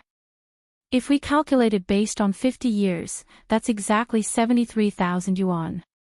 So you're saying, you saved up 50 years worth of noodles all at once?" Hua-Min wanted to cry but had no tears. "I just want to eat ramen with you for the rest of my life, that's all," Chin-Chu slowly said as he stared into Hua-Min's eyes. At this time, the noodle shop owner interrupted, "So I promised this kid that if I'm old and can't make ramen anymore, I'll let my child inherit the noodle shop. I'll also help you remember the accounts clearly. You don't have to worry about us not giving you the noodles after taking your money." Hua-Min quickly explained, boss, that's not what I meant. I just think, this is too weird. I don't think so. Chin Chu had an innocent look on his face. Okay, pretend I didn't say anything. When they walked out of the noodle shop, Min still hadn't calmed down. If a man was willing to eat ramen with you for the rest of his life, did that mean he was willing to be with you for the rest of his life? Would it? Would she and Chin Chu be like this for the rest of their lives? She didn't dare to think about it, nor did she dare to hope. You're so lost in thought. It must have something to do with me. Chin Chu looked at Min as he drove. Min rolled his eyes at him. Can you be any more arrogant? President Chin. Did I say something wrong? In order to cover his tracks, Min immediately changed the topic. Speaking of which, the taste of this ramen shop hasn't changed at all. It's been 7 years. I don't know how he did it, but the price hasn't changed either. What a nice seller. So, you're changing the subject, which means that I was right, right? You're really. Seeing that Chin Chu didn't give up, Min was speechless. Don't think that you can read my mind. Even twins can't guess each other's thoughts all the time, Min said as he turned his head away and ignored Chin Chu. Chin Chu only raised the corner of his mouth slightly and didn't say anything else. According to Min's request, Chin Chu drove directly to the first hospital. Min bought some dinner for Jixin. Jing Ji was recovering well after the surgery. During the day, his mother would come to take care of him. At night, Min would hire a caregiver. That way, they wouldn't be delayed at all. After delivering some food to Jixin and chatting with him for a while, Min saw that it was getting late. He was wondering if he should go home or spend the night in the on-call room since he had to work the morning shift tomorrow anyway. Zhu Lingling's call came in at this time. She asked her to have dinner together. Inside a Thai restaurant in the city center, Zhu Lingling was wearing a fiery red dress and looked extremely beautiful. Min was still wearing her black dress. Mian, over here. You're early. Min chuckled. If I didn't come, I wouldn't have been able to get a table. This pineapple rice restaurant is very authentic, try it later. Okay. Min smiled slightly, put down her bag, and sat down elegantly. Oh. This dress is from Versace. Marrying into a rich family is indeed different. Chin Chu is quite generous. Zhu Lingling was a flight attendant and would take on shopping jobs in private. Therefore, she was very sensitive to luxury goods. That's not the point is that I came back to the Huo family to pay my respects, so I wore this black dress. Oh right, tell me about your visit to the Huo family. Was your rich dad surprised to see you? Also, did you see young Master Hua? Wasn't he an elegant, handsome, and suave man? Was Hui Yan as annoying as before? Zhu Lingling asked with a gossipy smile. Hua Xiqin. An elegant and beautiful man, a handsome and elegant man. Why did Min feel like they didn't match at all? You asked so many questions at once, I don't know which one to answer. Min quietly picked up her teacup and took a small sip. Okay, then I'll ask you one by one. Did you and Chin Chu consummate your marriage? Zhu Lingling's words almost made Min spit out the tea she just drank.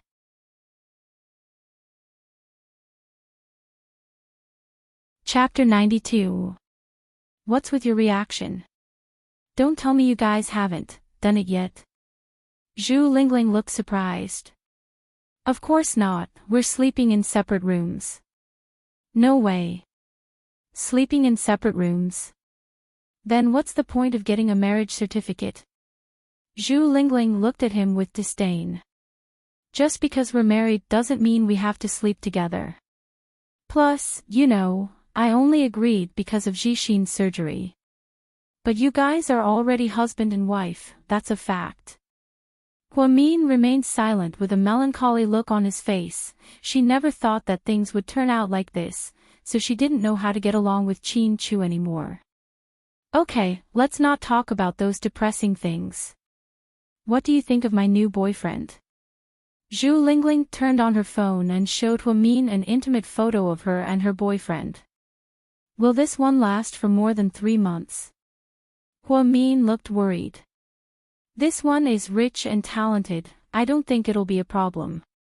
I'm going with the goal of getting married. He's a financial genius, I'm serious this time, girl. Hearing Zhu Lingling's confident words, Huamin still felt unsure. You tell me you're serious every time, but it never lasts for more than 3 months. I can't help it, it's not true love. Zhu Lingling rested her chin on her hands and smiled. Okay, did you order? I'm starving. Huamin smiled. I ordered, you're paying the bill today. You're married into a rich family, so I have to rip you off today. Zhu Lingling naughtily stuck out her tongue. Huamin patted his chest, leave it to me, no problem. Rich people are indeed different. Here's a toast to you, Mr. Rich. I wish you a happy marriage. Let's change the blessing. I don't think this one is reliable. Huamin looked conflicted. Who cares? I'm telling you, Mian, we only live for a few decades. Don't be so hesitant. If you're always afraid, you won't be able to achieve anything in the end. Don't wait until you're old and regret what you didn't do. In my opinion, the relationship between you and Qin Chu is simple. You love him, and he still loves you. Just be together and put everything else aside. Hearing this, Huamian smiled bitterly. Lingling, things aren't as simple as you make them out to be. There are some things that you won't be able to empathize with, and you won't be able to understand my difficulties. Alright, let's not talk about anything else. It wasn't easy for us to have a meal together, so let's be happy. After speaking, the two women raised their glasses. The meal cost more than 700 yuan. It was indeed a little extravagant. However, after Huamin paid the bill, Zhu Lingling stuffed a big red packet into her hand. Huamin froze. What's the meaning of this? It's a gift for you. Huamin didn't know whether to laugh or cry. Sis, I'm not married yet. But you've already gotten your marriage certificate. You have to be polite. Fine, you win. Huamin had no choice but to accept Zhu Lingling's red packet. It was at least 5,000 yuan. All these years, if there was one thing that made her happy, it was her best friend, Zhu Lingling. She was always by her side when she was in trouble. She never left her side. Huamin once thought that friendship could sometimes last longer than love. After eating with Zhu Lingling, Huamin took a taxi back to Imperial Park. Just as she was about to get out of the car, her phone suddenly rang. Miss Hua, I'm Lawyer Luo. What's up? Huamin's expression immediately darkened when she heard that it was Lawyer Luo. Miss Hua, I'm calling to tell you that you don't have to go through the trouble of suing me in court. You're going to settle this privately with a price again, aren't you? Huamin sneered. No, something happened to my client. What? Huamin thought that she heard wrong, so she repeated herself.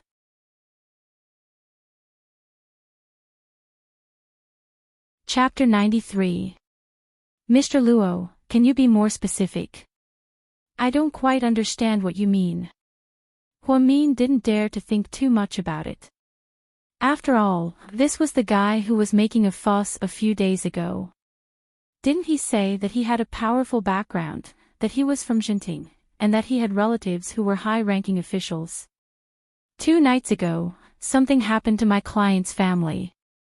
He was taken away by the Anti-Corruption Bureau for investigation because he was suspected of corruption. The head of the Ministry of Transportation also came down and said that they would investigate the serial car accident at the university. If convicted, my client, Louis Gong, will face 5 to 10 years in prison. Oh, isn't that good? That's what they mean by, justice has a long arm. Hua-min's lips curled up slightly. He thought to himself, retribution comes so quickly, but I'm very confused. Why is it so coincidental that something happened to my client's family and the Ministry of Transportation came down to investigate? The media didn't follow up on this incident too much. So what do you mean? Hua-min could tell that there was more to his words. What I mean is, haha. I didn't recognize you before, so I hope Miss Hua won't take it to heart. I didn't know that you had someone powerful backing you up. You were able to shake up the Ministry of Finance in such a short period of time and even command the Ministry of Transportation to arrest people. This kind of power is truly intimidating. I hope Miss Hua can forgive me for my inappropriate words in the past. I'm calling today to apologize to you. If you don't mind, I'd like to invite you to dinner. There's no need for that. I understand what you mean. Since the defendant has been arrested, there's no need for me to sue. However, I don't quite understand what you mean by someone powerful. Some things don't need to be said so clearly. Anyway, Miss Hua is very lucky. You're also someone I can't afford to offend. Please forgive me if I offended you in any way. After hanging up the phone, Hua-min had a faint premonition in her heart. She had never told Chin Chu about this incident. Could it be that Chin Chu was involved? Otherwise, how could it be so coincidental that the victim was taken away by the Ministry of Transportation to investigate the accident? Everything was going according to her wishes. If this was the will of the heavens, if the heavens had eyes, she couldn't convince herself. With a heavy heart, Hua-min returned to Imperial Park. Chin Chu hadn't come back yet because he had been working overnight. After Hua-min came back, he became obsessed with cleanliness. He wiped the entire living room with a mop. When he was done, he was already sweating profusely. She was just about to get up and take a shower when she heard the sound of a key unlocking the door. Then, he became slightly nervous. It was strange. He clearly knew that it could only be Chin Chu and no one else. But why was he still inexplicably nervous? You're not on night duty today. She didn't know when it started, but Chin Chu seemed to remember Hua-min's shift schedule better than she did. No, I just had dinner with Lingling and came back. Chin Chu nodded and didn't say anything. He looked a little tired. He took off his coat and went upstairs to the bedroom. Did you have dinner? I did. Chin Chu stopped and turned around to look at Hua-min. Oh. Hua-min was a little distracted. Do you have something to say to me? Seeing Hua-min's worried expression, Chin Chu raised his eyebrows and asked. Yes. Okay, go ahead. Chin Chu turned around and walked back down the stairs. He sat down on the sofa. About my brother's car accident, do you know the person who caused it? Hua-min looked at Chin Chu's expression and asked tentatively. Mian, don't test me. Just ask me what you want to ask. You know how well I know you. Chin Chu stared into Hua-min's eyes, word by word, as if he was trying to see through her.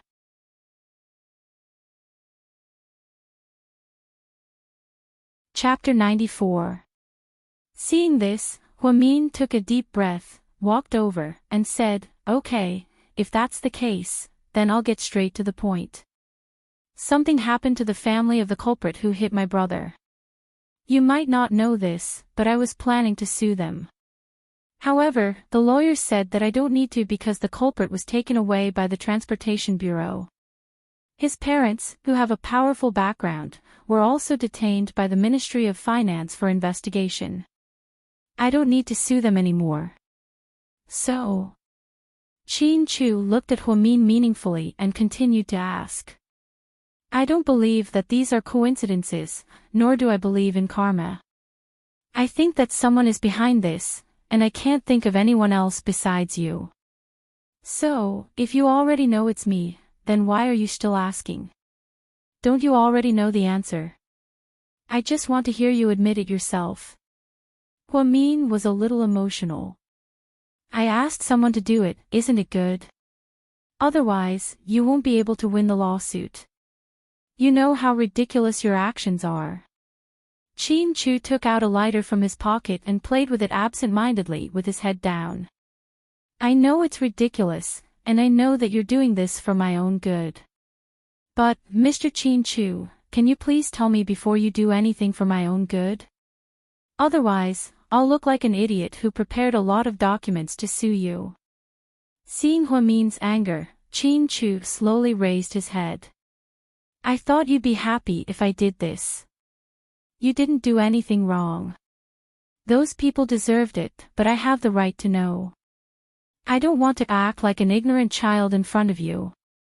Don't always pretend to be a savior. You can't save me. You couldn't save me 7 years ago, and you can't save me now. Then, without waiting for him to respond, Hua-min turned around and went upstairs, not giving him a chance to speak. Chin-chu looked at the petite figure of Hua-min walking away with a lonely expression on his face. Then, he muttered to himself, Mian, I just thought that if there's no justice in this world, I'll make one for you. Unfortunately, Hua-min didn't hear this. In fact, the relationship between two people was very complicated. Because people had different personalities, it led to many misunderstandings. There were some words and some people that she wouldn't understand if you didn't tell her. There were some things and some people that she wouldn't understand even if you told her. There were also some words and people that you didn't say, but she understood. On the other hand, Chin-chu thought that he was being nice to Hua-min, so he acted on his own initiative. On the other hand, Hua-min felt that he didn't know anything about this. He felt as if his pride had been hurt. Hua-min returned to his room. He didn't sleep well the whole night and was in a very bad mood. The next morning, she woke up at 6 in the morning and prepared to go to work early to avoid meeting the two of them. However, she still met Chin-chu in the living room. You're early. Chin-chu was wearing a white shirt and had 2 glasses of milk in his hands. Emichim, her answer was obviously perfunctory. Have some breakfast before you go. It's okay, I'm not hungry. After speaking, Hua-min opened the door and walked out. The first hospital, Hua-min helped Jishin get discharged from the hospital and then called a taxi to take him home. Mom, the doctor said that Jishin still needs to rest for a month. I've already talked to the school. You might have to work a little harder and make him more nourishing ginseng soup. It'll help with his recovery. I know, I don't need you to tell me that, young Mayorong said in annoyance. Sis, why don't you eat before you leave? I want to have lunch with you. Jing Jishin smiled brightly. It's okay, I still have things to do at the hospital. I'll go back first. I'll come see you when I get some rest. After speaking, Hua-min walked out, and Yang Mayorong followed him out. This was an abandoned suburb of Sea City. Because it hadn't been developed, there were many bungalows, and most of the people living here were ordinary people. After Hua-min's grandparents passed away, Yang Mayorong, as the only child, inherited the property rights to the house. It was a small courtyard house with east and west wings, and an old elm tree in front of the door. Although it was old, it was clean and tidy. Yang Mayorong ran a small supermarket in front of the door to make ends meet. After living here for so many years, Hua-min had developed some feelings for this place. Wait, I have something to ask you. Yang Mayorong suddenly ran out from behind him and shouted.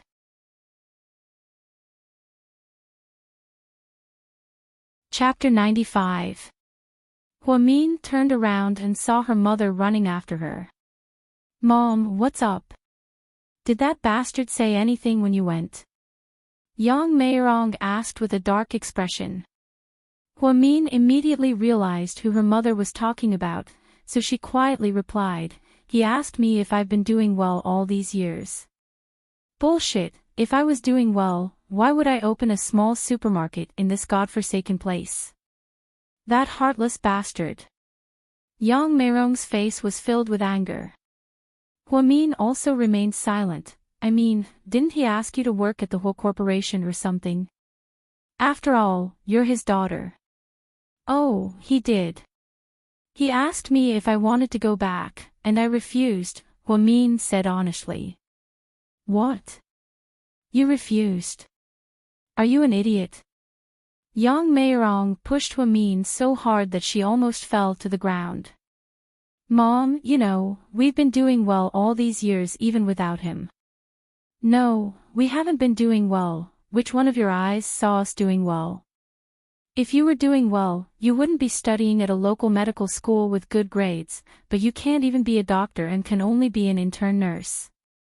If you were doing well, Jixin would be in a car accident and have to borrow money from everywhere. Do you think I would open a small supermarket in this godforsaken place to make a living? Yang Meirong was a little emotional. But Mom, at least we've been living peacefully these years. If you were to live a luxurious life while living in a world of scheming, would you be willing to do that? Her mother remained silent after hearing this. When I went back this time, I saw the fight between those two women and the conspiracy between their children. I don't think there's anything crueler than that. All that's left between family members is profit. Do you want me to become like that? Then at least you'll have money, and we won't have to suffer. I have money too, I can earn it. Mom, don't worry, I'll make sure you and Jixin live a good life. I won't go back to the Huo family, even if you beat me or scold me. That's all. Huamin was resolute.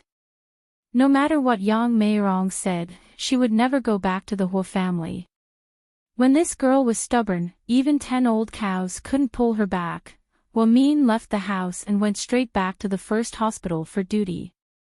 Qin Chu, on the other hand, spent the entire day at GK headquarters, looking extremely depressed. Boss isn't in a good mood today. You guys better work hard and don't make any mistakes, okay?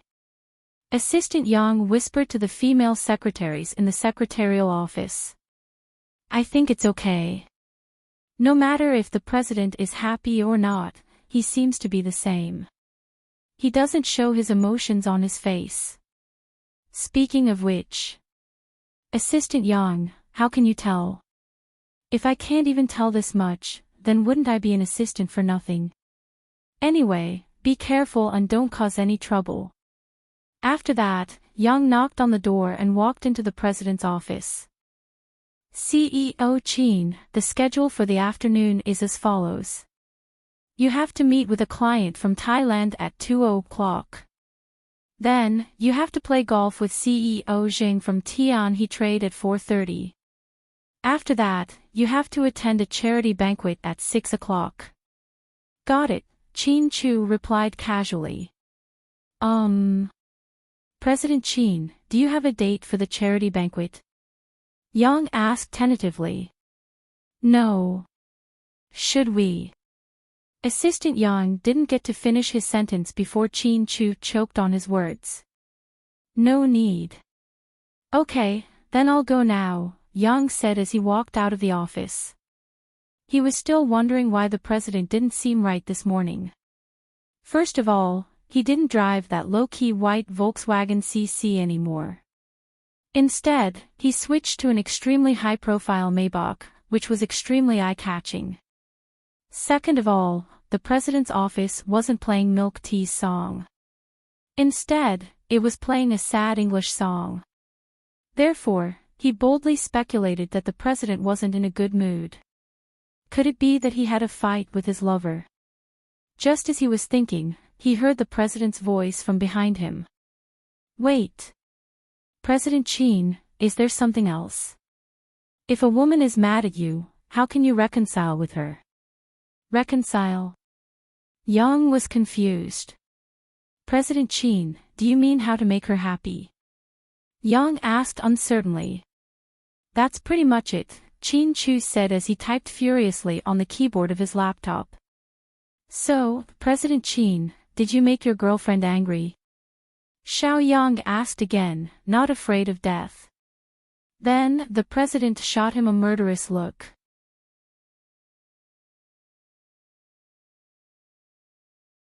Chapter 96. I didn't hire you to dig into my personal affairs. Yes, I understand, boss. What I mean is, I have to know the reason before I can help you draw a conclusion. After all, I've been there before. I chased my wife for 3 years, dated her for 2 years, and finally got married after 5 years. My wife is a very emotional woman, so I'm very experienced in coaxing women, Assistant Yang said with a smile. Tell me, I'm listening. Send her flowers, 99 roses, to where she works. Vulgar, Chin Chu said coldly. Then buy her a gift, a luxury diamond ring or something. These girls love it so much that they can't put it down.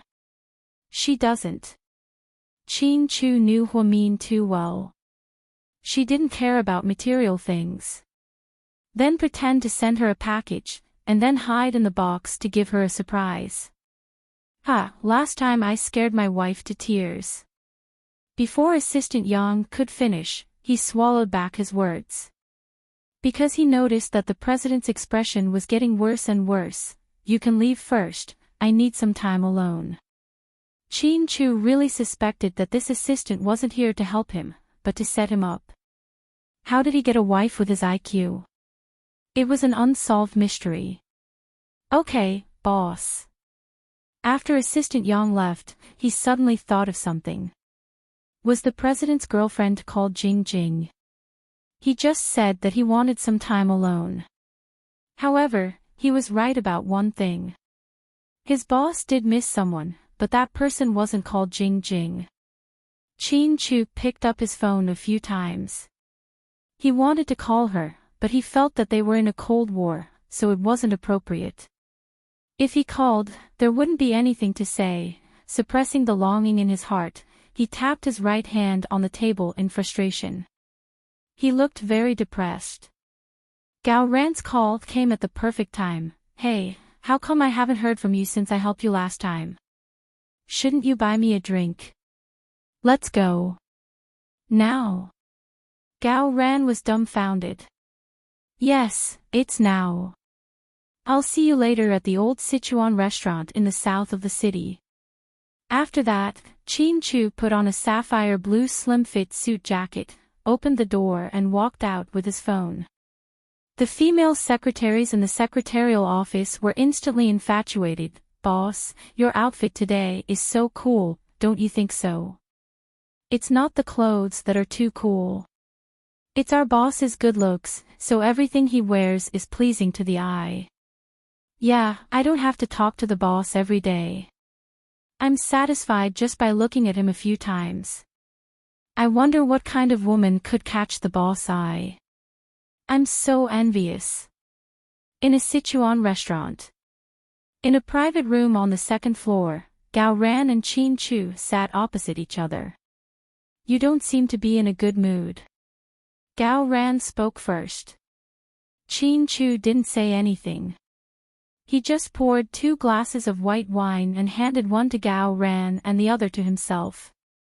Then, he lifted the cup and raised it. Gao Ran knew what he was thinking and downed it in one gulp. This wine is so strong. It doesn't matter if it's red wine or foreign wine. I think the white wine brewed from China's grain is the best. After 3 glasses, I feel like I'm on fire. It's so refreshing, You have a lot of free time recently? Chin Chu raised his head and glanced at him. Yeah, we criminal police only handle big cases. Those trivial matters are handled by the local police station. It has nothing to do with us. That's good too. I'm quite envious of you. You can have a job and live peacefully until you're old. I'm envious of you. Sitting on a big boss with a net worth of hundreds of billions. Do you have beautiful women throwing themselves at you every day? Aw Ran, I'm married. Chin Chu's lips twitched into a deep smile. Fortunately, he had already swallowed the mouthful of white wine. Otherwise, Gao Ran would have spat it out.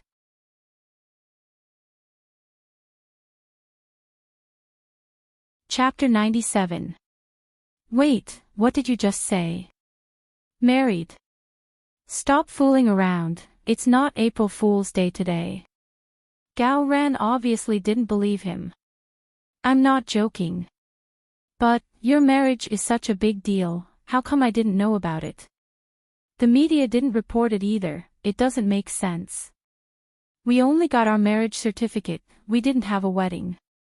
Plus, she didn't want to announce our marriage to the public. You're with Huamin, right? Gao Ran asked tentatively after he came back to his senses. Chin Chu nodded. You're going to be stuck with this woman for the rest of your life. I really don't know what's so good about her. She was so arrogant when she was in school. Yeah, she hurt you so much back then.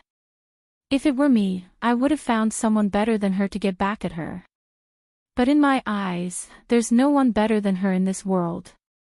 When Chin Chu said this, there was a hint of sadness in his eyes.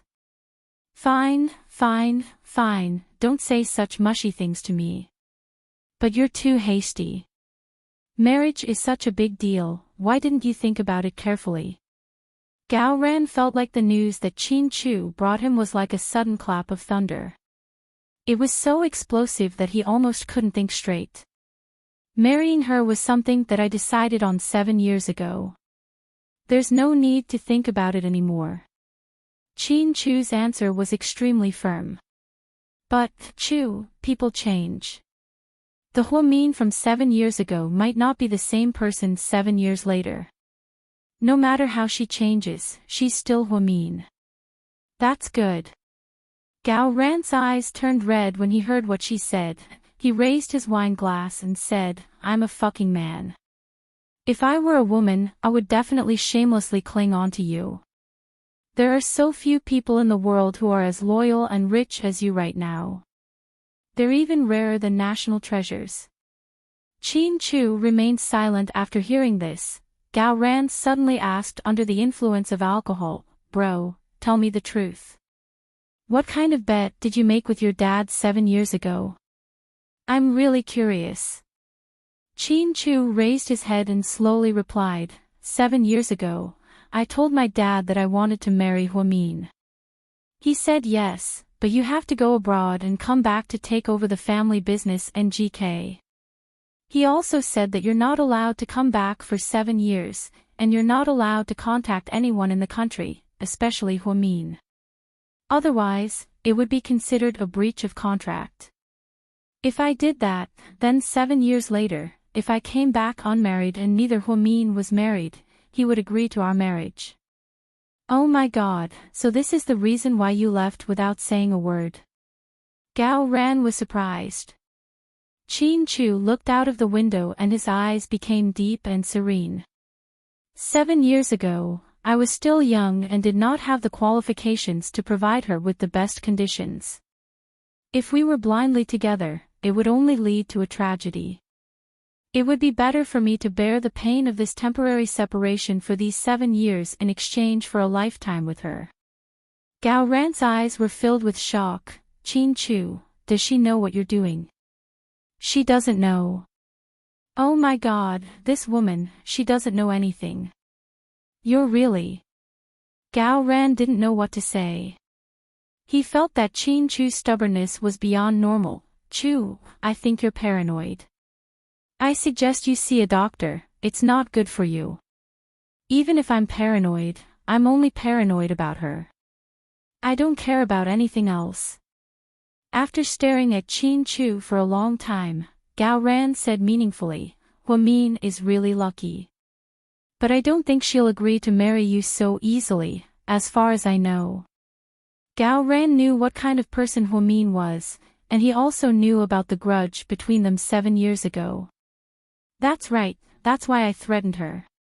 When she needed my help, I brought up this condition. But, aren't you afraid that she'll hate you for doing this? Gao Ran looked at his buddy, his eyes full of sympathy.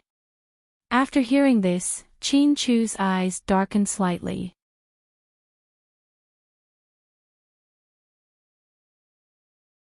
Chapter 98. One day, she'll understand. After speaking, Qin Chu picked up the white wine glass in his hand and downed it in one gulp. Gao Ran originally wanted to drink with his good friend to relieve his worries, but he didn't expect to be even more worried. When they came out, Qin Chu was supporting Gao Ran. He seemed to be a little drunk. Chu, let me tell you, Huamin, that damned girl, has a twisted personality. If you like her, you'll suffer. But I'm so envious of you, to have someone like her appear in your life and occupy your entire life. You can love her to the core. Sigh, I'm so envious. Gao Ran said drunkenly. In the end, it was Qin Chu who drove Gao Ran back to the municipal bureau in his Maybach. Apparently, he was on duty for the rest of the night. At the municipal bureau, a few police officers began gossiping. Hey, the guy who drove our boss back just now, he's obviously our boss's good friend. Yeah, he's really good looking. Even a man like me is jealous. Our boss doesn't have a girlfriend, is it because he likes men? I don't think so, but our boss is so masculine. If he were gay, he'd probably be the dominant one. Have you guys been too idle lately? All of you, go out on missions. Gao Ran appeared at the door with his head in his hands. He wanted to drink some water, but he didn't want to hear his subordinates talking about their boss like that. Ha, boss, we're just joking. But speaking of which, your friend's car is really cool. He must be from a rich family, right? More than that, he's so rich that you won't be able to spend it all in your lifetime. Gao Ran took a sip of water and replied. Boss, does your friend have a girlfriend? My third sister is 27 this year and she graduated with a master's degree. Before the police officer could finish, Gao Ran flicked his head. Hey, old song, didn't you say last time that you wanted to keep your third sister for Captain Gao? Another police officer interrupted. Gao Ran felt like his head was about to explode. Huamin had been busy in the hospital for the whole day. From time to time, he would take out his phone to check the time. Today, his phone was exceptionally quiet. There was not a single phone call. It seemed that she had spoken too harshly last night. Perhaps he was angry too. Huamin thought. Then, she got up and went to the lounge to get some water. Unexpectedly, she bumped into Ning Ziyuan as soon as she stepped out of the door. Mian. Ning Ziyuan's face was slightly red and reeked of alcohol. Is something the matter?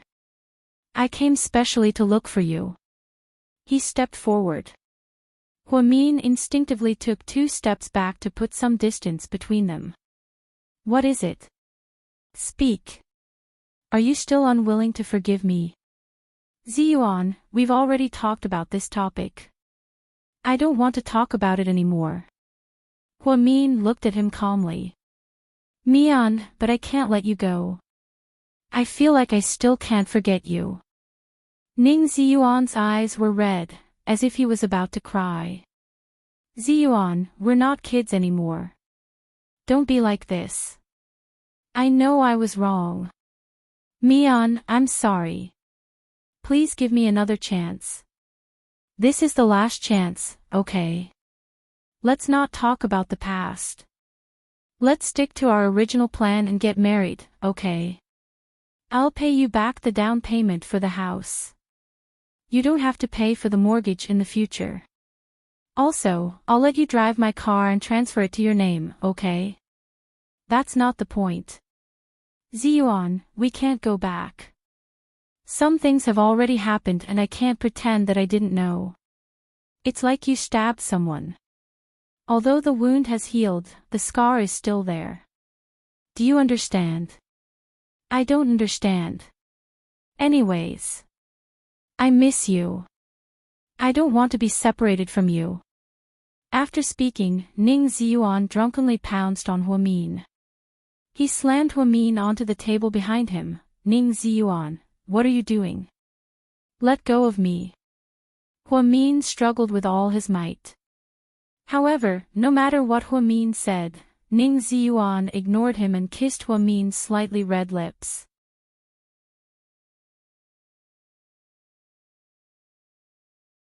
Chapter 99. At this critical moment, Huamin grabbed a ceramic pen holder from the table behind her and threw it at Ning Ziyuan's head. With a clang, Ning Ziyuan abruptly stopped what he was doing. He was completely stunned. Huamin took advantage of his shock to escape from his demonic grasp and dodged to the side. Mian, how dare you, hit me? Ning Ziyuan sneered, his eyes filled with anger. This is all thanks to you, Ziyuan. There is no deep love between us, so there is no hatred. You've been so kind to me these past few years, and I don't owe you anything. You don't owe me anything. Huamin, I've been chasing you for the past few days. I've bought you a lot of things and cared about you a lot, haven't I? Do you still have a conscience when you say that? Have you been eaten by a dog? You heartless woman. Ning Ziyuan covered his slightly swollen forehead with a sinister smile. Huamian was calm the entire time. She looked at Ning Ziyuan with a complicated expression, but there was also some sympathy in her eyes. Yeah, you really bought a lot of things for me these few days. But all those things added together shouldn't be more than 30,000 yuan, right? And I used the 60,000 yuan I saved to buy a house for you as the down payment. The house was also written in your name. Now I don't want that money anymore. Isn't this even?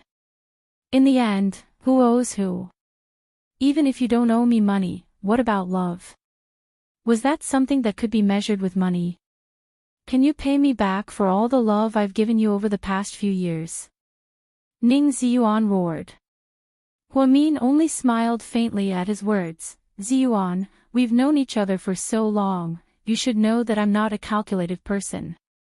But since we're talking about this today, I might as well get straight to the point. These past few days, honestly speaking, you've been very good to me, but I've also been very good to you. I've been visiting your parents a lot, and when your relatives came to the hospital for treatment, not only did I have to use my connections to arrange a room for them, but I also had to work part-time as a caregiver.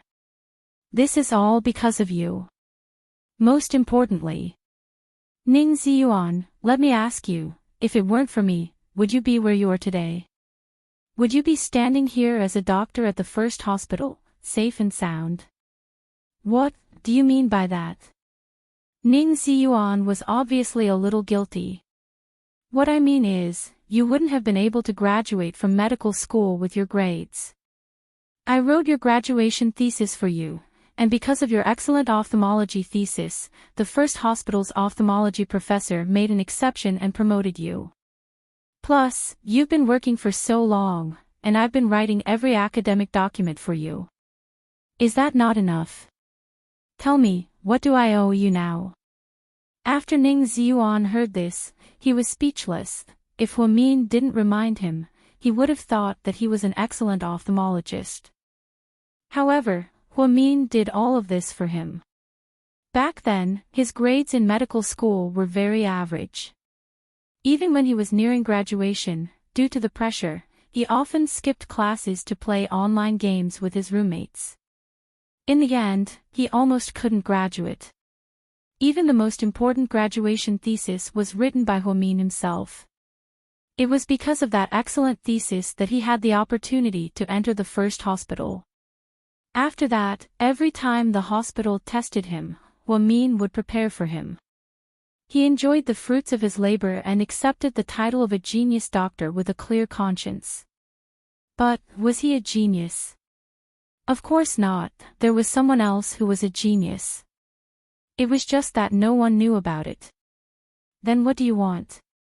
Do you want to report me to the hospital? No one will believe you. After all, there's no evidence, Ning Ziyuan said proudly.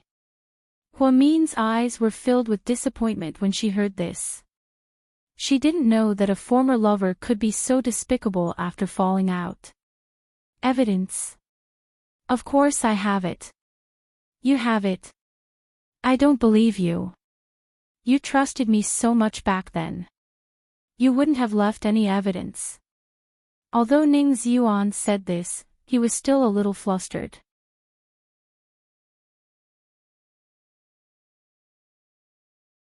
Chapter 100.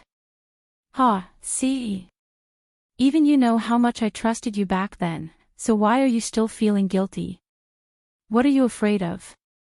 Tell on you. I don't have the time, nor do I need to. After all, it won't do me any good. I just want to say, Ziyuan, even though we've broken up, we're not enemies. After all, we were once together, and we won't be friends because we hurt each other.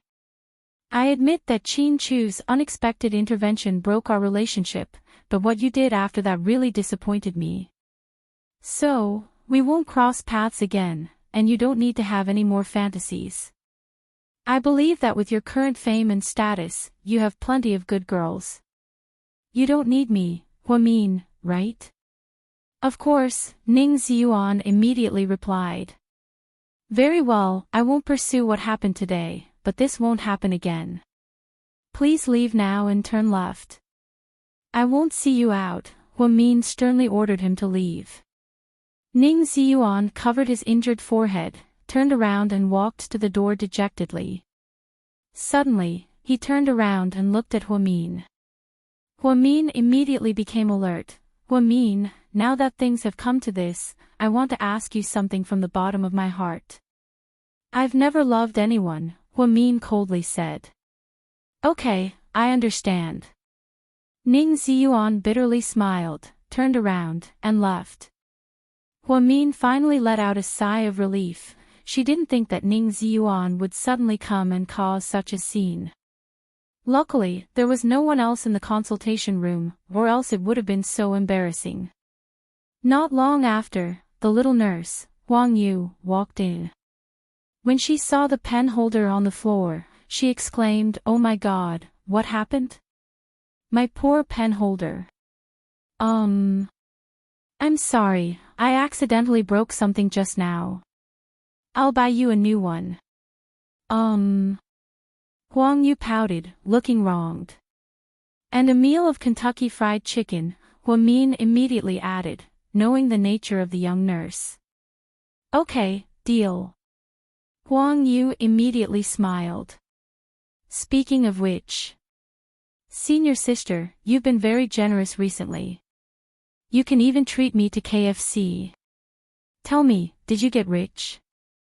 No. If I were rich, I would have resigned long ago. Then, are you hooking up with a rich man? Huang Yu asked mysteriously.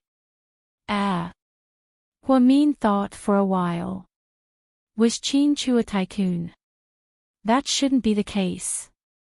He's already considered a billionaire, right? Therefore, he shook his head. I don't have a sugar daddy. Oh, then I understand. Your brother's case is over. The perpetrator must have paid a lot of money, right? Huang Yu giggled. Yes, that's right. Huamin was really afraid that this girl would ask more questions, so he just nodded vaguely. However, the truth was, she didn't get a single cent from Jixin's case. The other victims all received money. She originally wanted to sue the court and get hospitalization fees. However, she didn't expect that in the end, because of Qin Chu's intervention, that brat and his family were all in trouble. They were already in jail. What compensation could they get? In short, this time, Jixin was fine. That was the biggest relief. Oh right, it's lunchtime. Let's go to the cafeteria. If we're late, there won't be any good food. Before Huamin could say anything, Huang Yu pulled Huamin and hurriedly walked towards the cafeteria. The hospital's cafeteria was located on the second basement floor. It was only open to the hospital's medical staff. However, most doctors didn't eat here. Because of their high salaries, they ordered takeout with their own money. Interns like Huamin and Huang Yu, on the other hand, didn't get paid much and didn't get many subsidies. That was why they ate here. It was lunchtime. There were a lot of people, but the environment was very good. Huang Yu and Huamin found a corner facing each other. Just as they were about to sit down, they heard a female voice shout very impolitely, "Huamin, you bitch, come out."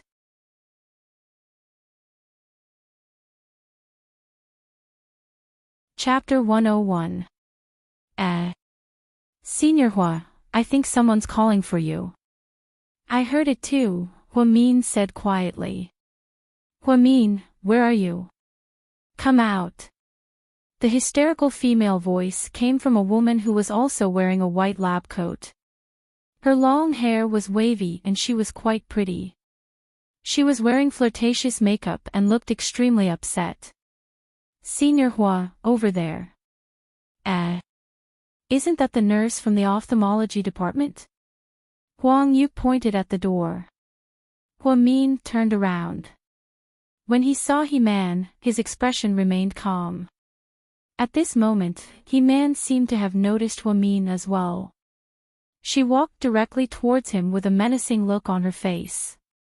Senior Hua, I don't think anything good is going to happen. You should be careful, Huang Yu reminded her quietly.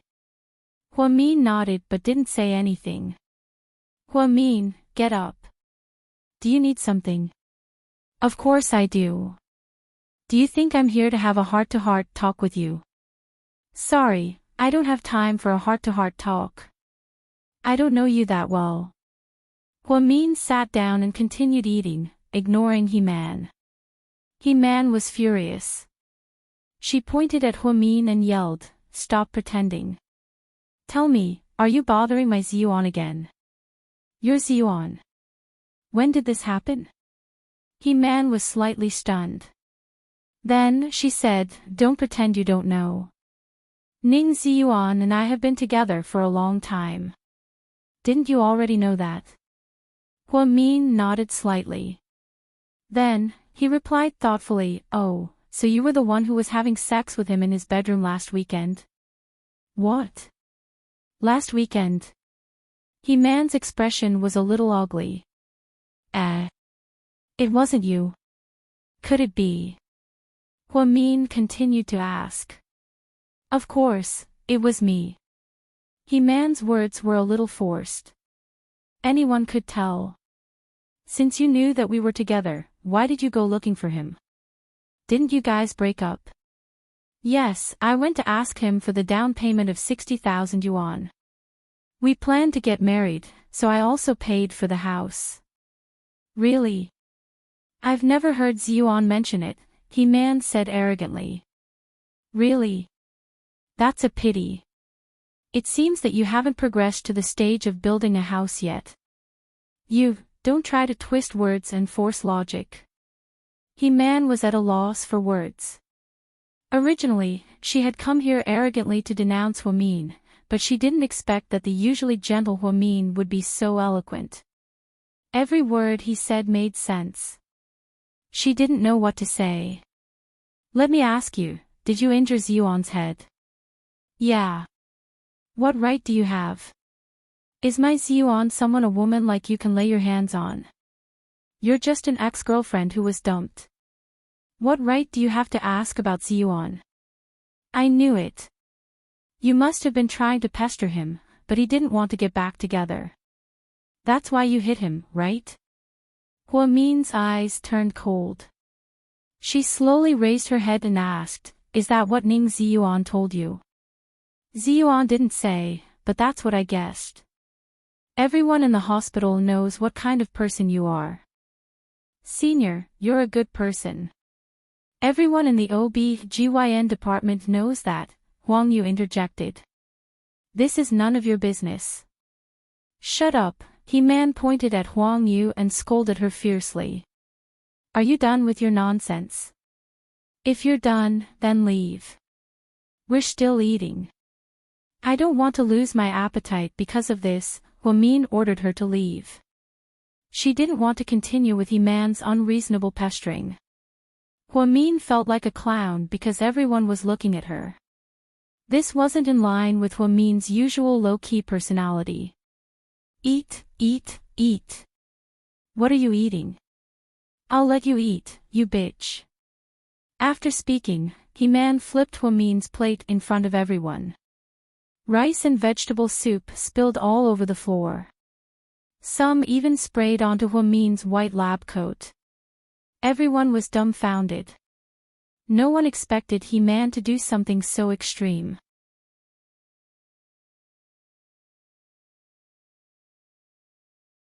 Chapter 102. After a moment of silence, Huamin asked word by word, "Didn't anyone tell you that wasting food is shameful?" So? Iman looked at Huamin provocatively. So, whoever wastes food should finish it, Huamin said as he picked up Huang Yu's plate, covered it with Iman's white coat, and threw it at her. In an instant, rice and vegetable soup were all over Iman's body. "Oh my, senior sister, you're so awesome." Huang Yu quietly stood up and gave her a thumbs up. "Huamin, how dare you treat me like this?" Iman was a little dumbfounded. "I'm not your mother, why would I spoil you?" Huamin didn't think much of it. "I'm going to beat you to death, you bitch." Iman swung her hand with all her strength. However, her hand stopped 5 centimeters away from Huamin. Huamin quickly reached out and grabbed her wrist with all his strength. "If you want to be a monkey, go to the plaza in the city center. This is a hospital, please pay attention to your image." After he spoke, Huamin shoved Iman away, grabbed Huang Yu's hand, and left. At that moment, Iman was terrified. She didn't even dare to chase after them because her wrist was red from Huamin's grip. That woman looked thin and weak, but she was terrifyingly strong. Oh my God, what's going on? Isn't that woman a nurse from the ophthalmology department? Yeah, I heard that she hooked up with an intern from the ophthalmology department. That doctor is pretty handsome, but he said that he has a girlfriend, and that she's a nurse from the OB/GYN department. Isn't that the mistress and the first wife fighting? The other nurses all whispered amongst themselves. Iman also felt embarrassed, so she left the cafeteria with a dark face. Ophthalmology department, Ziyuan, are you okay? Iman asked worriedly as she looked at Ning Ziyuan's slightly red forehead. Let me ask you, who told you to look for Huamin? I'm just standing up for you. Who asked you to take care of the injustice for me? Why are you causing trouble for me? Ning Ziyuan was quite angry when he heard about the restaurant. Huamin, what right does she have to treat you like that? That's between me and her. Don't go looking for Huamin in the future. Otherwise, you'll disappear from my sight immediately. After glaring at Iman, Ning Ziyuan got up and left. Iman didn't feel good about it. At the same time, she had a question that she didn't understand. Since Ning Ziyuan and Huamin had already broken up, who was the woman that Huamin saw at Ning Ziyuan's house last weekend? Of course, it wasn't her. She had been on duty for an entire day and night last weekend. She hadn't even been to Ning Ziyuan's house. Could it be that Huamin was lying? To ruin her relationship with Ziyuan. But it didn't seem like a lie. The restaurant dispute was originally a small matter. However, someone recorded a short video of it and spread it to every department in the first hospital. The seemingly gentle intern nurse, Huamin, became famous because of it. She was given the title of Hot Little Nurse. Male doctors and male assistants, and even male colleagues from the office, came to see this young nurse with their own eyes. Some of the bolder ones even courted her and sent her flowers. Huamin didn't know whether to laugh or cry. Looking at the table full of chocolates and flowers, Huamin was speechless. Senior, what should we do? You're famous now. Where's the hot little nurse? Hot? I'm not. I'm more like a tomboy. Huamin was speechless. So, is there anyone that you like among these people? I think the deputy director of the radiology department is pretty good. He's 30 years old, 178 meters tall, drives a BMW, and apparently comes from a good family. He looks like the Korean actor Song Sung-seon. Are you sure you don't want to consider him? Huang Yu looked envious.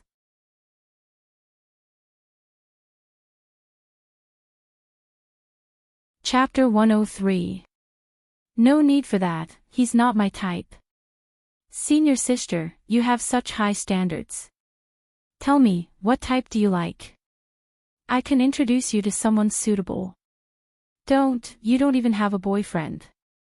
Huamin looked helpless. That's because I'm picky. Oh right, if you don't like him, can you give me the contact of that male radiologist? Sure. After speaking, Huamin pushed all the fresh flowers to Huang Yu. They're all here. You can pick whichever one you like. Thank you, senior sister. Huang Yu's face was filled with excitement.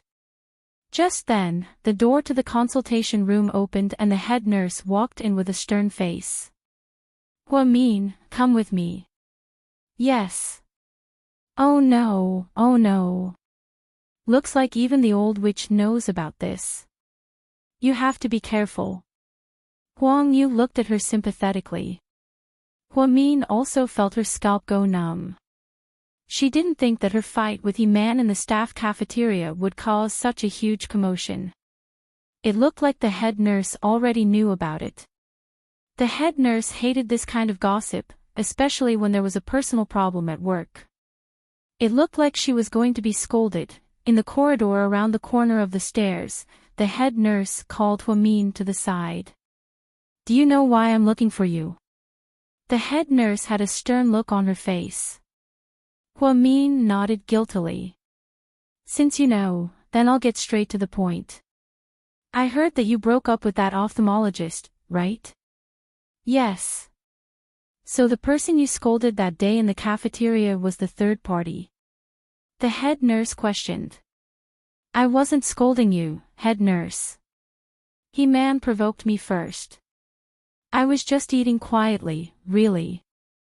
Not bad, well done. The head nurse patted Huamin's shoulder and smiled. Huamin froze on the spot. What was going on? You embarrassed the OB/GYN department. Well done. Let them know that the OB/GYN department is not to be trifled with. He's not a pushover who can be bullied by you. Yes. Huamin sweated. There's one more thing I want to tell you. Go ahead, head nurse, Huamin said respectfully, as if he could do whatever she wanted with him. Aren't you single now? I happen to have a distant cousin who works in this city. He's a very nice person, and he's about the same age as you. Most importantly, he's also in the medical field. He's a forensic doctor.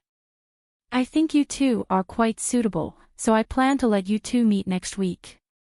Head nurse, are you trying to introduce a boyfriend to me? Yes, the young nurses in our hospital are too unreliable. You're about the same age, but you're steady and low-key, so I think you're the most suitable for my cousin. Don't worry about his family background. He has a house and a car, and his parents are doing business in the South. After marriage, you'll live alone. But... Head nurse, I already have a boyfriend that someone introduced to me. So soon. The head nurse was clearly surprised. Huamin didn't dare to tell her that he was married. He didn't want to scare the head nurse, so he lied and said that someone introduced him. Yes, that's why I can't eat from the bowl and look at the pot. Thank you for your kindness. It's okay.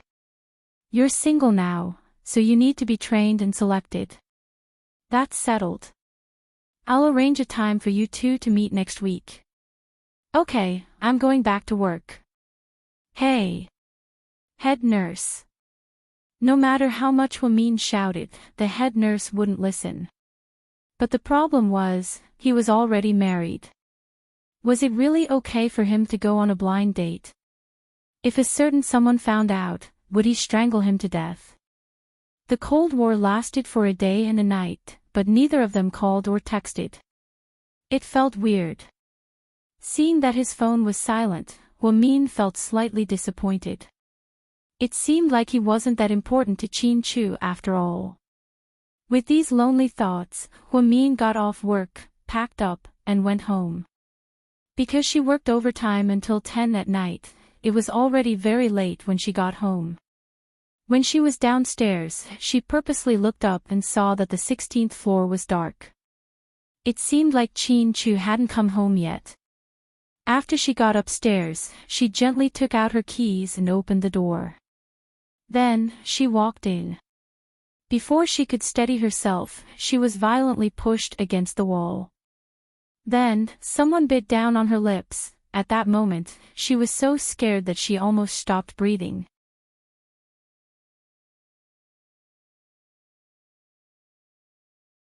Chapter 104. If she wasn't so familiar with Chin-Chu's scent, she really would have used force. Chin-Chu, let go of me. She was a little nervous. Chin-Chu didn't say anything. He just hugged Hwamin tightly and leaned his head against her ear. His heavy breathing made Hwamin's heart itch unbearably. A strong smell of alcohol filled the air. Hwamin frowned slightly. Did you drink? She asked. Chin-Chu still didn't say anything.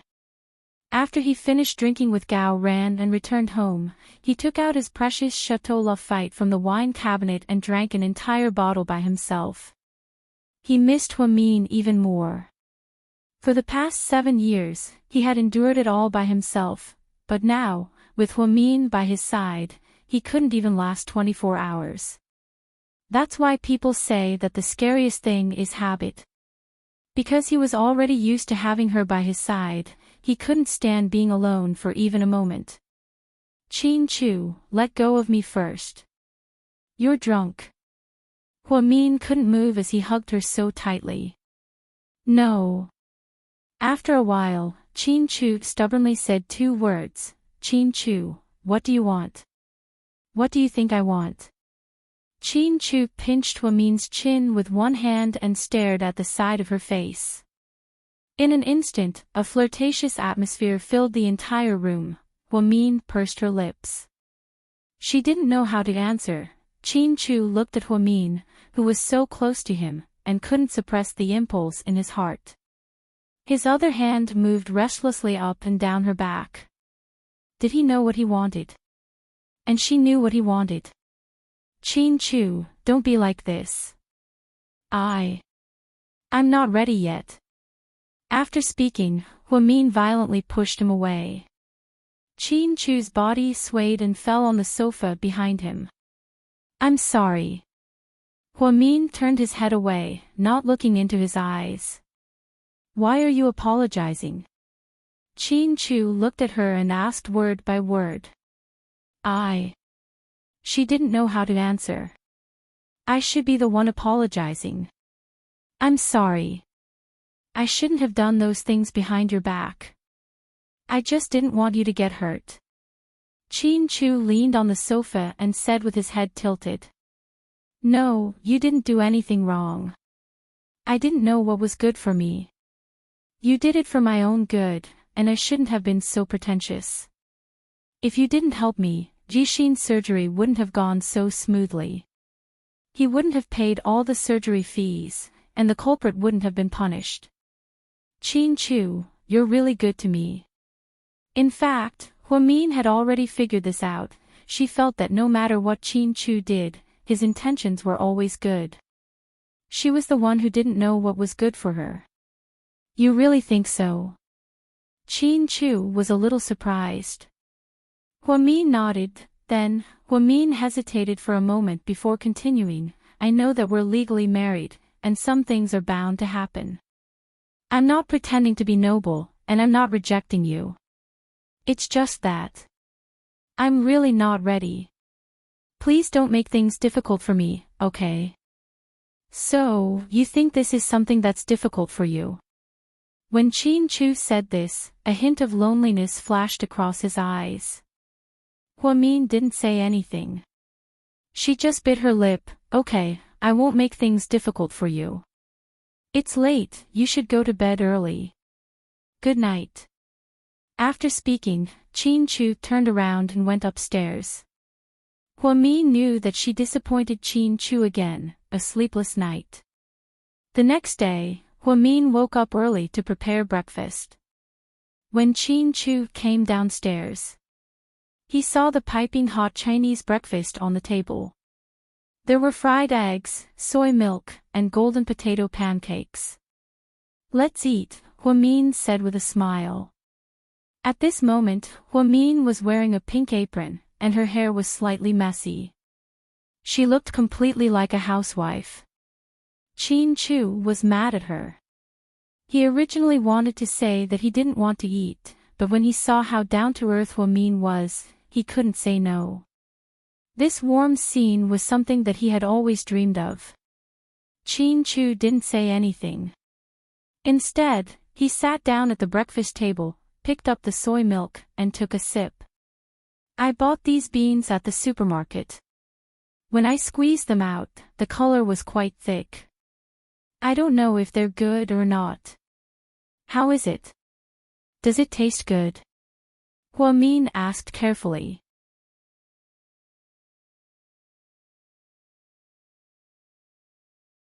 Chapter 105. Emichim, it's not bad. Chin-Chu nodded. That's good, you should eat more. Hua-min let out a sigh of relief and smiled. Then, the two of them ate breakfast face to face. Chin-Chu didn't say a word, but he would occasionally raise his head to look at Hua-min. Hua-min, on the other hand, ate with great appetite. He had been eating Western breakfast for a long time. It was rare for him to eat Chinese food that he made himself, and it was delicious. No matter how angry he was at her, as long as he saw her sitting quietly next to him, he would be happy. Chin-Chu felt like all of this was a gift from the heavens. He had been looking forward to this day for 7 years. Now that everything had come true, he should be happy. How's your brother recovering? I heard he was discharged from the hospital, Chin-Chu suddenly asked. Emichim, he's recovering very well. I told him to stay at home for a while, since there aren't any more classes at school. That's good. Chin-Chu nodded. After breakfast, the two of them left the house together. Chin-Chu had been driving a Maybach lately, so Hua-min had been taking the bus to work for the past few days. I'll give you a ride, if you don't mind the car. Hua-min looked at the car and felt a little awkward. I can park the car somewhere further away, Chin-Chu added. Emichim, Hua-min nodded, thinking that what he said made sense. On the way, Chin-Chu turned on the music in the car. It was a classic English song called Hotel California. Because the melody was so good, and it was one of Hua-min's favorite songs, she subconsciously sang along. On a dark desert highway cool wind in me hair warms me loaf cola tas racing up through here a pa head in the distance sees a washamering light me head go. Suckalavelli facet there's plenty o from Mothi Hotel California anytime you fire you can find a share, it's very nice, Chin-Chu suddenly said. Hua-min came back to his senses and lowered his head in embarrassment. You sing very well, Chin-Chu said again. Thank you. California is a very beautiful place. There is an endless sea, a blue sky, fresh air, and a slow pace of life. Chin-Chu had stayed in America for 7 years and had basically traveled to every corner of America. Yes, I've seen it on TV. It's really beautiful. I'll take you on a vacation when I have time, Chin-Chu suddenly said. Sure. Hua-min smiled. Although she didn't know when this would happen, since Chin-Chu said it, she didn't want to be disappointed. Do you have a driver's license? Yes. Huamin nodded. When she graduated from university, a driving school held an event at their university. It was half price, so she and Ning Ziyuan both took the test. Then I'll let you drive the CC. It's more convenient for you to have a car. Don't take the bus back and forth. It's a waste of time. No, we don't live far from the hospital. Plus, the hospital is tight on parking. A nurse like me doesn't have a dedicated parking space. I don't want to trouble you. Huamin smiled. Why don't you quit your job? Do you want me to be a stay-at-home housewife? Huamin looked at Qin Chu, amused. No, I know you can't sit around, so I won't let you stay at home. You can come to GK and help me. Choose a department that you like. If you still want to work in medicine, I can set up a health department that specializes in giving GK employees medical checkups. I can even hire a doctor for you. Or, I can even open a private hospital for you. Qin Chu was willing to do anything for Huamin. Huamin knew that Qin Chu was a man of his words, but it would be ridiculous for him to open a hospital for her. Even if he had money and nowhere to spend it, he couldn't do that. It's really okay, I really like my current job. It's very fulfilling. The truth is, some jobs can't be measured by money, they're fun. The OB/GYN department I work in is the most tiring department in the entire hospital, but I love it here because I can witness the birth of so many new lives every day. The joy is indescribable. Qin Chu, if you really care about me, then let me do what I like. Really, this is great. Okay. Qin Chu nodded, showing that he respected her decision. Qin Chu slowly stopped the car. We're almost there, you can wait here. Okay. Mian, Qin Chu suddenly called out gently. Huamin turned around, but before she could see what was going on, Qin Chu kissed her on the lips.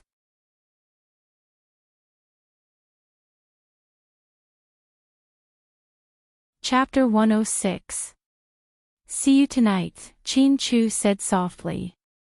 Huamin covered his blushing face with one hand and hurriedly opened the door and ran out of the car. Then, without looking back, he ran towards the hospital.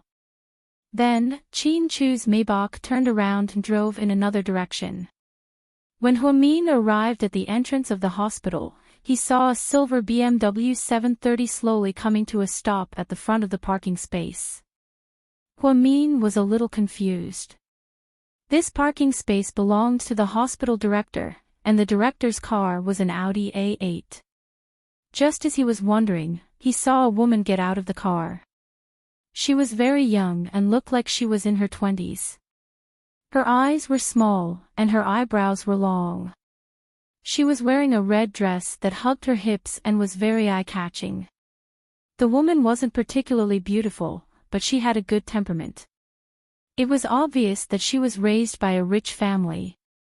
Huamin was just about to walk in when he heard the woman say sweetly, "Ziyuan, help me get my bag." Huamin turned around abruptly and saw Ning Ziyuan get out of the driver's seat with a Hermes bag in his hand. Then, he handed the bag to the woman, and the two of them walked towards the door hand in hand. The moment he saw Huamin, Ning Ziyuan's expression changed slightly, however, it was only for a moment. Then, he glanced at Huamin as if he was looking at a stranger. Then, he held the woman's hand and swaggered into the hospital. Isn't he with you, man? Huamin muttered to himself. Huamin had been doing fetal heart rate tests for pregnant women the entire morning. When he finally finished, he looked at the time and saw that it was already past lunchtime. Mian, here, I packed a portion for you. But the dishes today are really ugly. I hate cabbage. Huang Yu walked in with 2 lunch boxes. Thank you, yeah. Huamin smiled. Then, she opened the lunchbox and began to eat. Once a person was hungry, they would forget to be picky about food. Even though Huang Yu said the food tasted awful, Huamin ate it with gusto.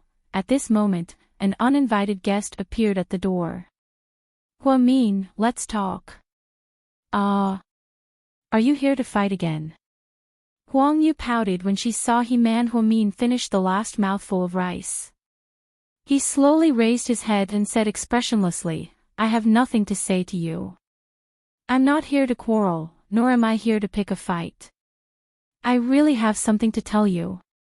Say it. Once you're done, hurry up and leave. Huamin wasn't polite at all. He-Man glanced at Huang Yu, then looked at Huamin and said, Do you know?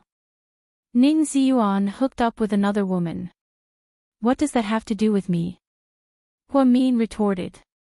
Do you know who this woman is? She's President Wu's niece. She just came back from studying abroad in Japan.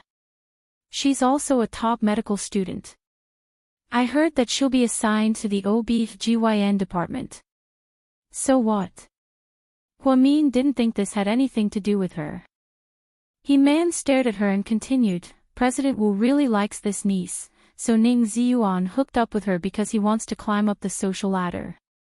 This scumbag, I finally saw his true colors.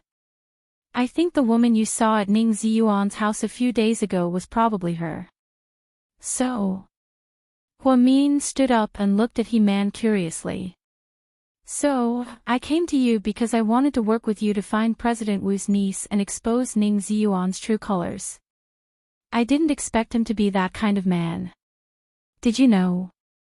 I've already slept with him, and I gave my first time to him. He said that he would take responsibility for me and marry me. Then you should go find Ning Ziyuan. It's useless to find me, Huamin replied calmly. I did, but he ignored me and didn't answer my calls. He even changed the lock on his house. Huamin, you're also one of the victims. If the two of us work together to expose him, maybe President Wu's niece will abandon him. At that time, he won't be able to survive in our hospital, and he won't be able to dream of becoming the president's niece's son-in-law. What do you think?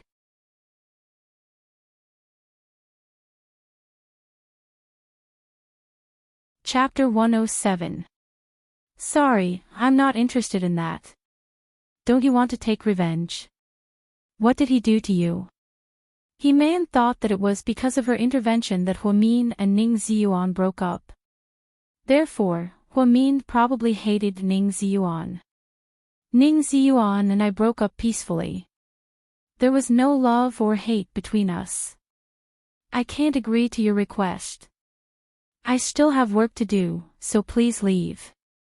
After speaking, Huamin sat down on the chair in her office and began organizing her files. You're such an unreasonable woman. Seeing that Huamin wasn't going to agree, He-Man glared at her and turned to leave. Huang Yu laughed, what karma, it seems like this woman was dumped by him. She even had the cheek to say that she gave her virginity to him.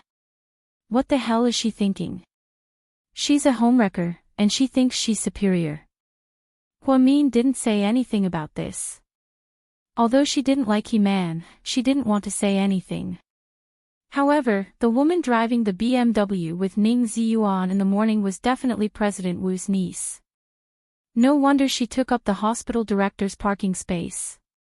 Mian, your ex-boyfriend is really something. He managed to hook up with the hospital director's daughter so quickly.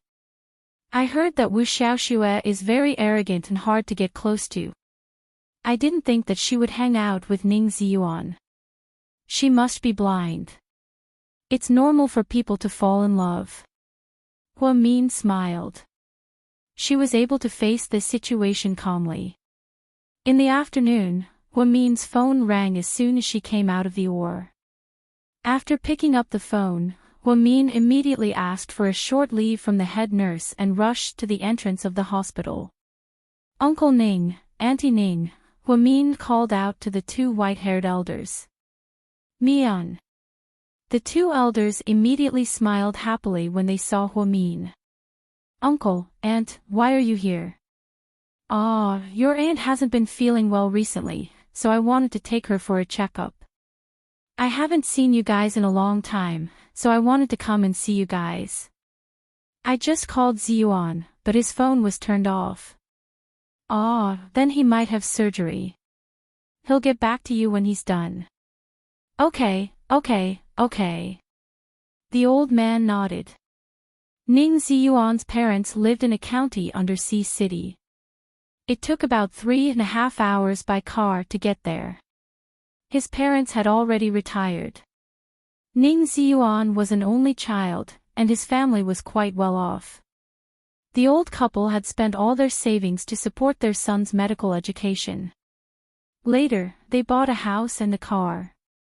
Huamin would visit them every year. The old couple was very nice. Uncle Ning used to work at the post office, and Aunt Ning was a teacher. Because they were civil servants, they were very reasonable. They were also very satisfied with Huamin, their future daughter-in-law. Seeing their attitude towards Huamin guessed that they didn't know that Ning Ziyuan had already broken up with her. Uncle, Aunt, you guys haven't eaten yet, right? I'll take you guys to eat something first. Okay, let's find a small restaurant. Don't waste food, Ning Ziyuan's mother repeatedly reminded them. In a home-cooked restaurant behind the hospital, Huamin ordered 2 meat dishes, 2 vegetarian dishes, and a soup. She also ordered a bottle of liquor for Ning Ziyuan's father. The old couple was very happy. During the meal, Mr. Ning asked, Mian, have you guys finished renovating your house? When are you getting married? There's no rush. Ziyuan is still busy. Let's wait until he's done. You guys can't delay it any longer. Even if you're busy, you still have to get married. Your aunt and I talked about it. Our pension for the next few months is around 20,000 yuan.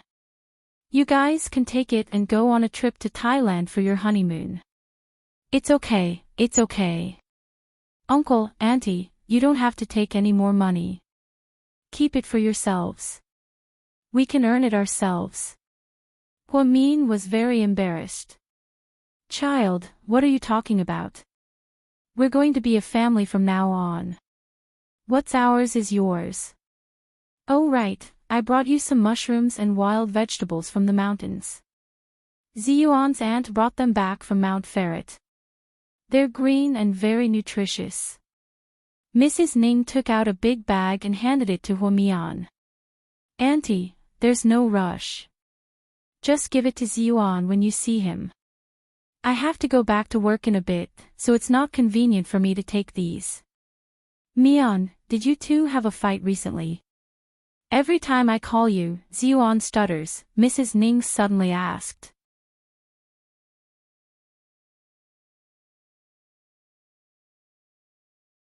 Chapter 108.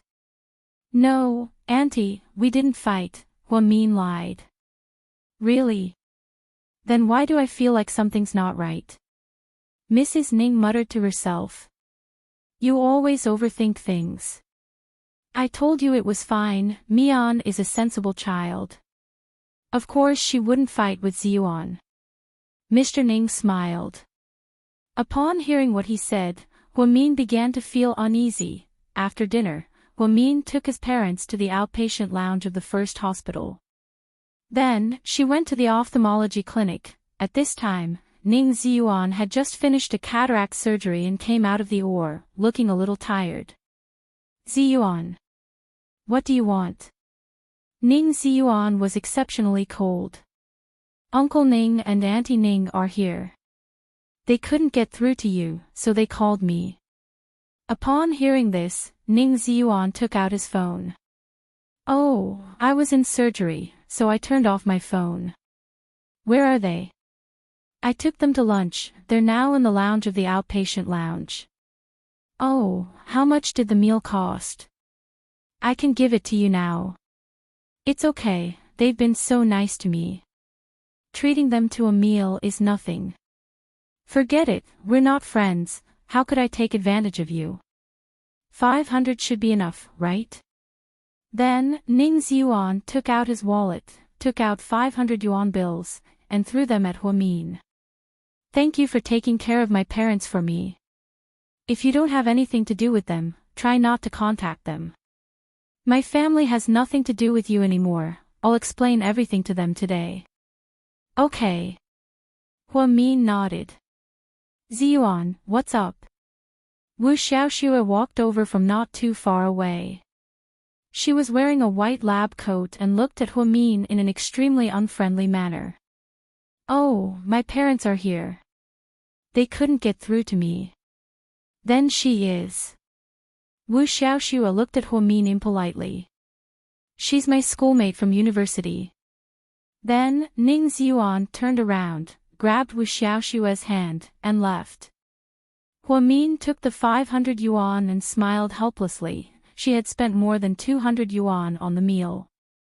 Now, Ning Ziyuan was giving her more than 500 yuan.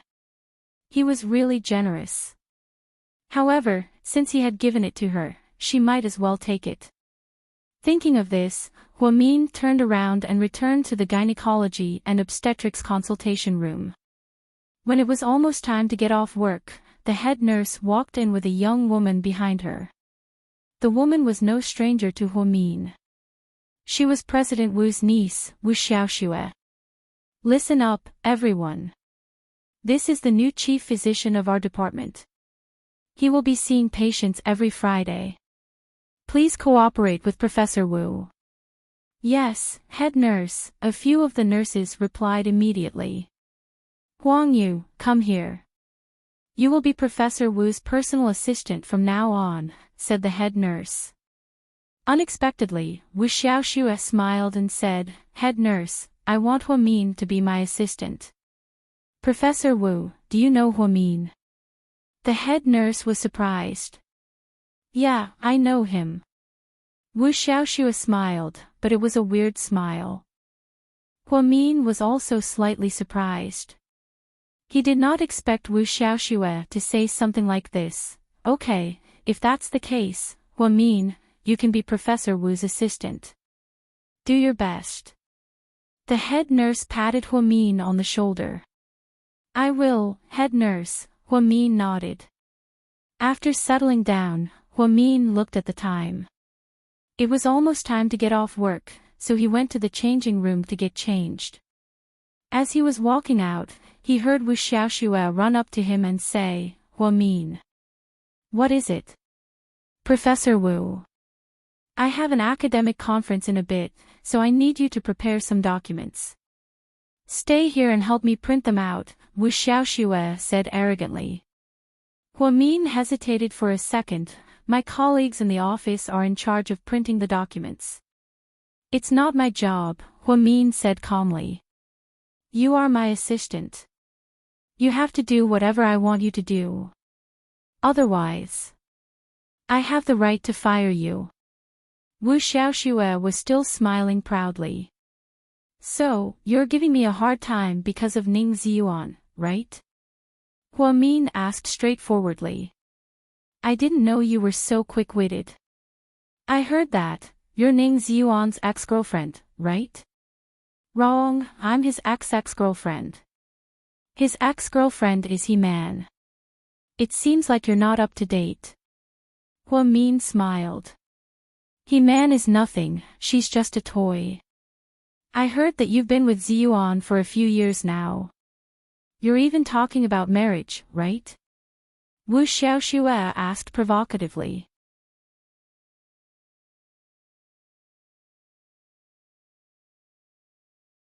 Chapter 109. Yeah. Huamin nodded. Unfortunately, you won't be that lucky.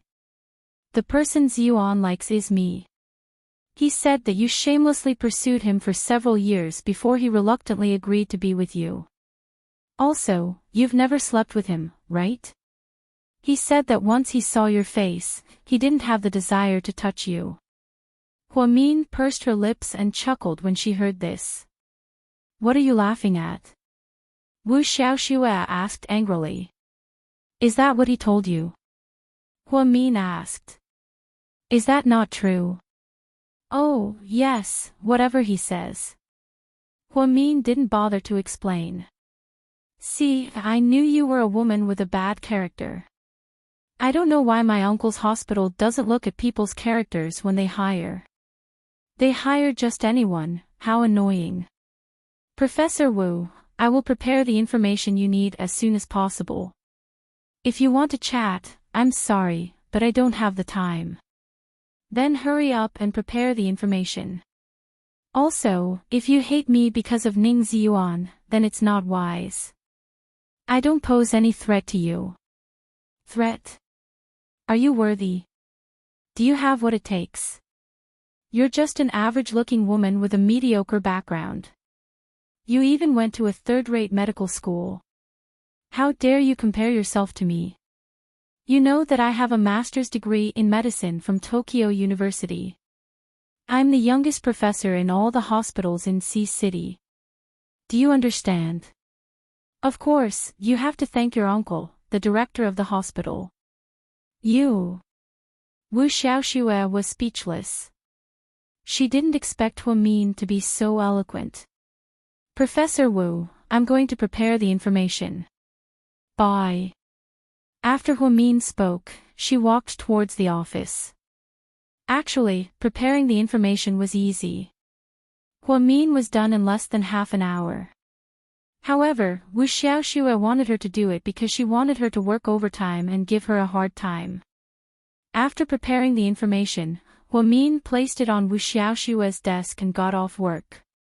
It was rare for Huamin to come back early today. He went to the supermarket to buy some vegetables and meat.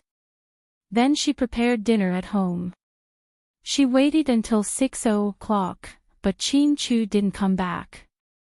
Huamin was a little hungry, so he ate first.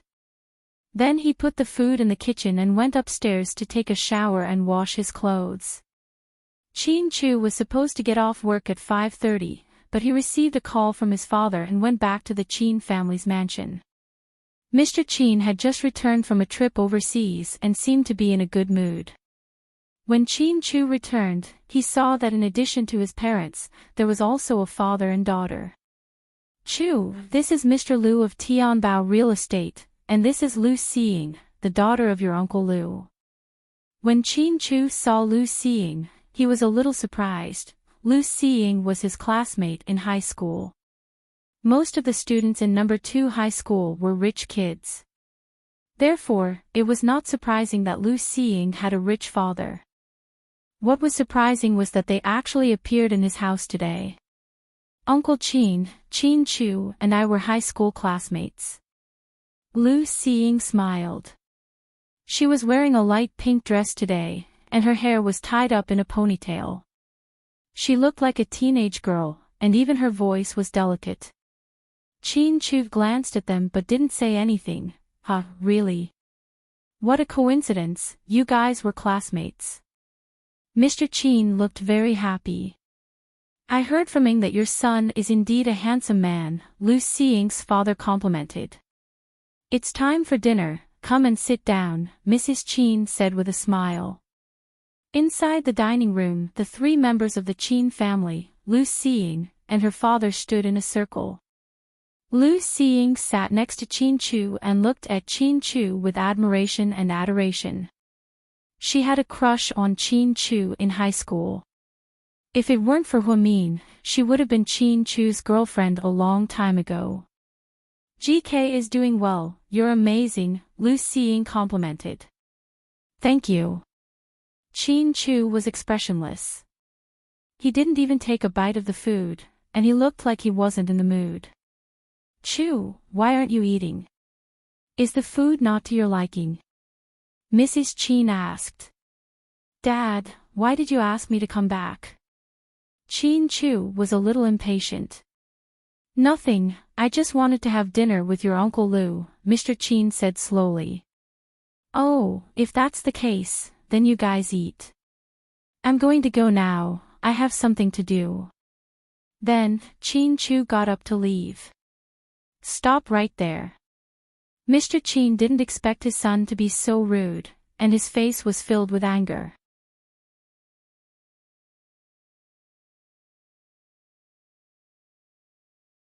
Chapter 110. Chin Chu stopped in his tracks, but he didn't turn around. It's time to get off work. I asked your assistant, she doesn't have anything scheduled for tonight. What are you busy with? Chin Chu didn't say anything. Are you messing around outside? Mr. Chin asked angrily. Chin Chu turned around and raised his eyebrows. Dad, what do you mean by messing around? Chu, have you been hanging out with those shady women outside? Don't be like those rich playboys who get involved with women in the entertainment industry. It's not good for you. Shady? Do you think your son has that kind of taste? Chin Chu thought it was a little funny.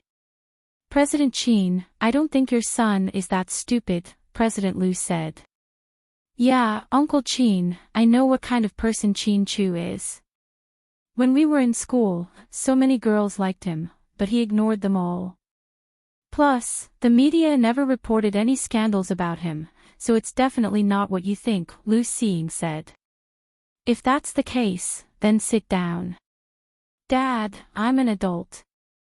I have my own thoughts and actions. If you're an adult, then you should know what it means to behave appropriately and reasonably. Your Uncle Liu and his daughter rarely come to our house. Why are you running around instead of keeping them company? Mr. Chin scolded. They're your guests, not mine. I didn't invite them, so I have no obligation to keep them company. You. Hey, President Chin, it's fine. If your son has something to do, then just do it. We can't make things difficult for our son. Yeah, don't make things difficult for your son. Xiying, go send Chu off. You guys are classmates, so you should have a lot to talk about. Mrs. Chin loved her son dearly, so she didn't want to make things difficult for him. At the same time, she wanted to create opportunities for her son and this socialite. Liu Xiying immediately stood up and smiled. Okay, Auntie Chin, I'll go send him off. Chin Chu turned around and left, not wanting to argue with his father any further. Liu Xiying jogged the entire way and followed Chin Chu out the door. Chin Chu walked up to the Maybach, opened the door, and got in. Liu Xiying stood outside the car window. She was so excited that she didn't know what to say. What's the matter? Chin Chu asked with a frown. Chin Chu, that.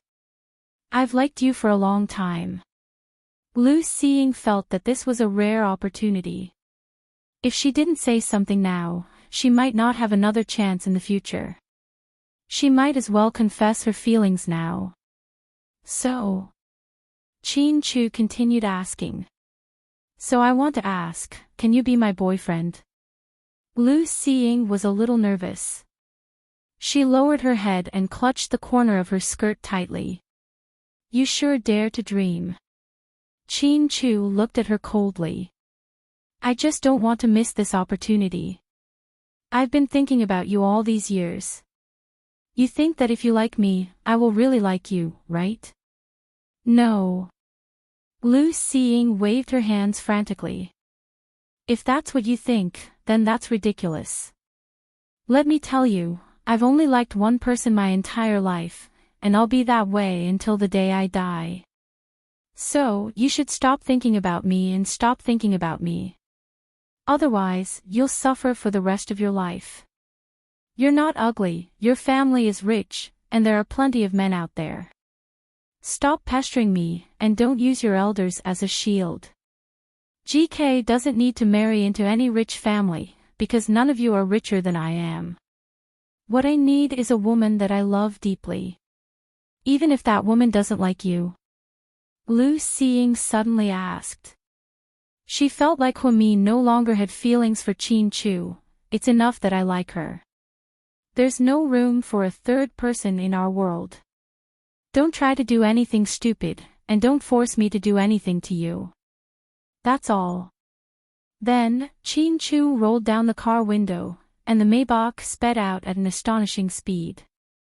Liu Xiying stared at the back of the car dejectedly. In her heart, Chin Chu was like a god, unreachable. She knew that no matter how outstanding or beautiful she was, Chin Chu wouldn't even look at her. On the other hand, Huamin wasn't as stunning, came from a poor family, and had a bad temper. However, Chin Chu loved her more than his own life. She was so jealous that she was about to go crazy. By the time Chin Chu returned to Imperial Park, it was already 7:30 p.m. Huamin was sitting on the couch, watching a TV show. When she heard the door open, she sat up and asked, "You're back. Do you have something to eat?"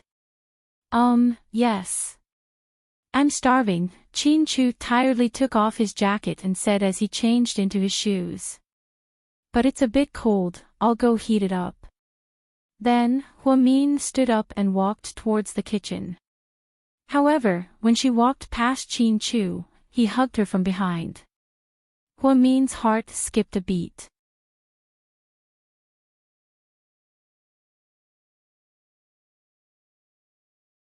Chapter 111. Don't move, let me hug you for a while. Chin Chu's voice was very soft, scaring Huamin so much that he didn't dare to move. Chin Chu, did something happen? She felt that something was wrong with Chin Chu's mood.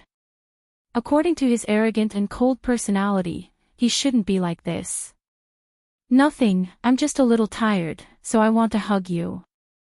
Huamin was wearing loose yellow home clothes with cartoon SpongeBob SquarePants on them. He looked very cute. His hair was casually tied up in a bun, looking fluffy and messy. Chin Chu was wearing a dark purple shirt with expensive diamonds on the cuffs. He hugged her quietly from behind, greedily inhaling her unique fragrance. Then, his frustrated heart suddenly calmed down. With Huamin by his side, he suddenly felt that the world was beautiful. "Mian, will you always be by my side like this?" he suddenly asked. Huamin opened his mouth, but he didn't know how to answer. Should he say that he would? That would be a lie. Huamin never thought that she could grow old with Chin Chu. Because there were too many external factors and too many psychological burdens between them. Uncle Jing's death alone made it impossible for her to live peacefully with Chin Chu. What if she said that she wouldn't?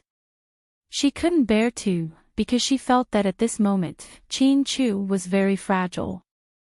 So, she decided to remain silent. After a while, Chin Chu slowly let go of Huamin and sat down on the sofa. He took out a thin cigarette from his pocket and lit it. There was something unfathomable in his eyes. Lu Xiying and her father were just a pair of strangers to Chin Chu. He didn't even need to give them face. However, Lu Xiying's words pierced his heart slightly. She said, "Even if the person you like doesn't like you back, is it okay?" This was actually what Chin Chu cared about the most. 7 years ago, Huamin loved him. He didn't doubt it at all. But 7 years later, who could be sure? 7 years could change a lot of things, even if Huamin wasn't with Ning Ziyuan. It didn't mean that she still had Chin Chu in her heart. After all, her family's misfortune was caused by his family.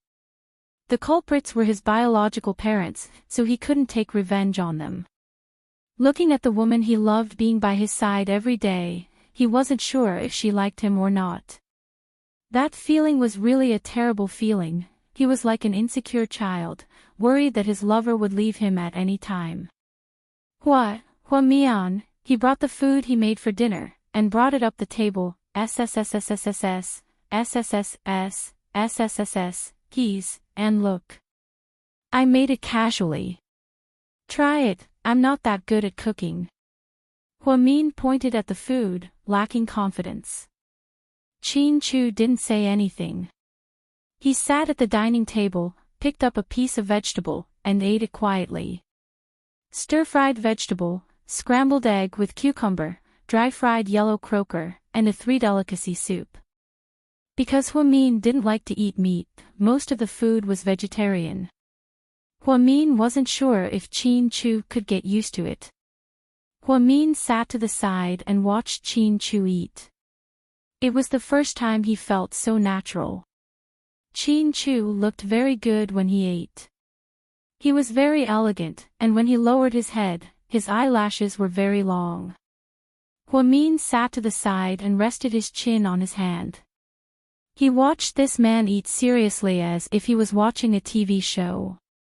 It was as if he forgot how embarrassing his gaze was. Do I look good? Chin Chu didn't look at Huamin. Instead, he suddenly asked. Huamin came back to his senses when he heard this question. He coughed twice and immediately got up. Ahem, You can leave it here after you're done eating. I'll come down to clean it up in a bit. I'm going upstairs to take a shower. After he finished speaking, Huamin stomped upstairs. An hour later, when he came down from the shower, the dining table was already clean. The used bowls were also very clean. Huamin was very happy about this. Chin Chu wasn't a male chauvinist like some men who thought that doing housework was a natural thing for women. In comparison, Chin Chu felt that he didn't want Huamin to do these housework. At this time, Chin Chu had already entered the study and started to organize the company's data. Huamin looked around and didn't see any housework to do, so he went back upstairs to his bedroom. Late at night, Chin Chu opened the door and saw Huamin sleeping soundly. He quietly walked to the bed, flipped over, and gently hugged her. Then, he lay down beside her. Then, he stared at her delicate face through the moonlight. Do I look good? She suddenly opened her eyes and asked him with a smile. Chin Chu was stunned.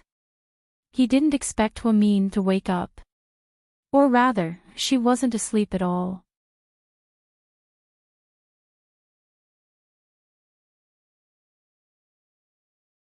Chapter 112. Looking at Chin Chu's handsome face through the moonlight, Huamin suddenly felt like she was in a dream. She had always been a light sleeper, so she knew when Chin Chu came in. Now that she had suddenly woken up, she just wanted to prank Chin Chu and see his reaction. But after seeing his reaction, she couldn't help herself. She didn't know if it was because the room was a little cold, but she actually reached out and held Chin Chu's warm palm. The two of them lay face to face and quietly looked at each other. They didn't need to speak, but it was better than 1,000 words. They both knew that all they needed to do was look at each other quietly. Huamin's eyes were clear and bright, like the brightest stars in the night sky.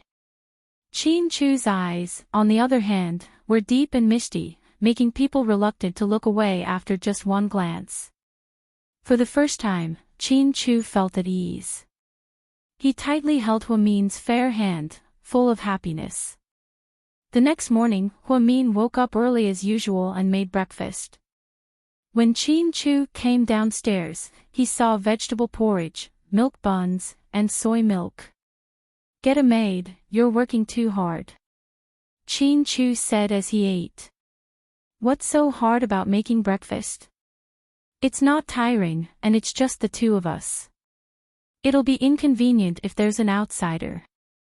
I have nothing to do when I'm resting, so I can do the housework. Huamin smiled. Chin Chu didn't say anything else. I want to talk to you about something. Huamin stammered. Go ahead. Don't transfer your salary to my card anymore. What's wrong? It's too much. Huamin pouted. But you're my wife. If I don't give my salary to you, who should I give it to? Chin Chu said matter-of-factly. You can keep it for yourself. You think I'm short of money? Chin Chu frowned slightly. No, I just think it's too much. It's not good for me to keep it. I think it's good. Chin Chu was stubborn. In the end, Huamin was defeated. Chin Chu knew that Huamin would never ask for money, so naturally, he asked the finance department to transfer his salary to Huamin's card. $1 million a month was more than she could spend. Plus, Huamin wasn't a wasteful person. She wanted to tell Chin not to do so, but Chin Chu didn't care. Since the negotiation failed, Hua Mian had to think of another way. Hua's eyes, Aziz's two's back, Hua S's was. Hua Min, what took you so long? Wu Xiaoxue immediately scolded when she saw Hua Min walk in. Hua Min lowered her head and buttoned her white coat as she replied, I'm not late. Do you know how busy the OB/GYN department is? Can't you be a little earlier? You have no professionalism at all. People like you are only fit to be a nurse, Wu Xiaoxue scolded in disdain. Hua Min smiled slightly, there's nothing wrong with being a nurse. It's my wish. You have a sharp tongue. You'll suffer in the future. Let me tell you, I'm very strict. You can't make a single mistake when working under me. Otherwise, I'll fire you immediately. I'll do my best, Hua Min replied nonchalantly. Wu Xiaoxue glared at her, then stood up with a folder. Follow me to the operating room. There's a pregnant woman who needs a C-section. Okay. Hua Min followed Wu Xiaoxue all the way into the operating room. C-section sounded scary, but it was actually a small operation that was completed in a little over an hour. Hua Min had to admit that Wu Xiaoxue's skills were not bad. After Wu Xiaoxue stitched up the wound, Hua Min took care of the rest of the cleaning up. After she finished packing, she was so tired that she was gasping for breath. As soon as she walked out of the operating room, she heard Wu Xiaoxue yelling, Did you clean the operating room? Why are you running out? That's not my job. It's the cleaning team. They will do a complete disinfection. The operating room belongs to the OB/GYN department. You're a member of our department. Shouldn't you go and help? Do you think you get paid for nothing? Our hospital doesn't hire people who don't do anything. Professor Wu, don't you think you've gone too far by picking on me? Did I dig up your family's graves? Hua Min looked at Wu Xiaoxue coldly. He couldn't bear it anymore.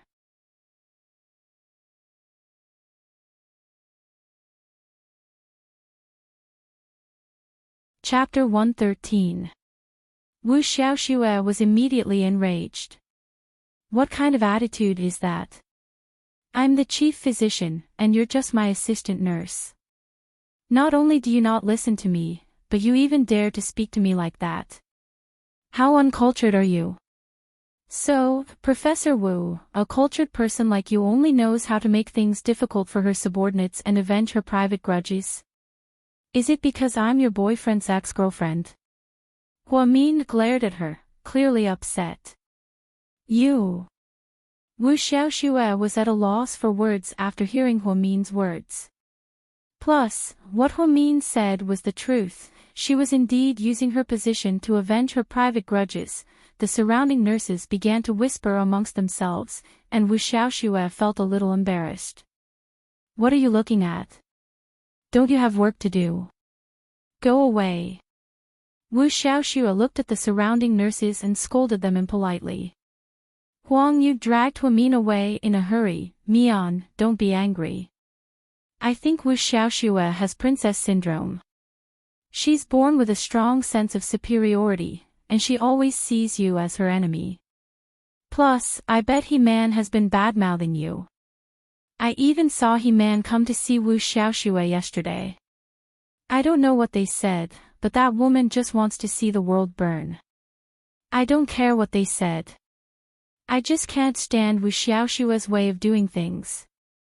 It's just work, and I'll just resign. However, there's no need for me to be bullied all the time. The head nurse is strict, but she has to follow the rules. Wu Xiaoxue's way of avenging her private grudges is a little too much, and I won't tolerate it. Retaliating appropriately is also a form of self-protection, Hua Min said confidently. Huang Yu nodded in agreement. Mian, you're right. Even if she's the hospital director's niece, she can't do whatever she wants. She really thinks she's a princess, and she's spoiled. I support you. If you really can't stand it, you don't have to resign. You can apply for a transfer. I heard that the South Side Recuperation Center is short on people, and the salary is even higher than here. It's just that the work is a little tiring. Hua-min shook his head. Forget it, let's not think too much about it.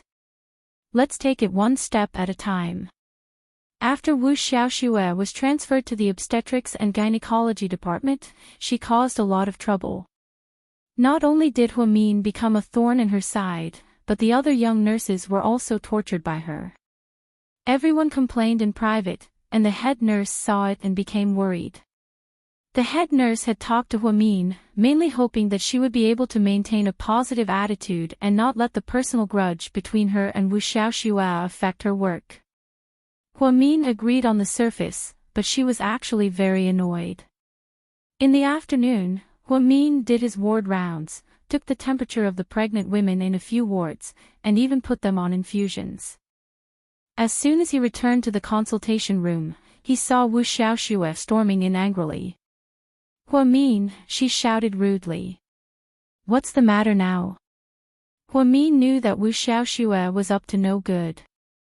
I told you to disinfect this morning, but you didn't listen.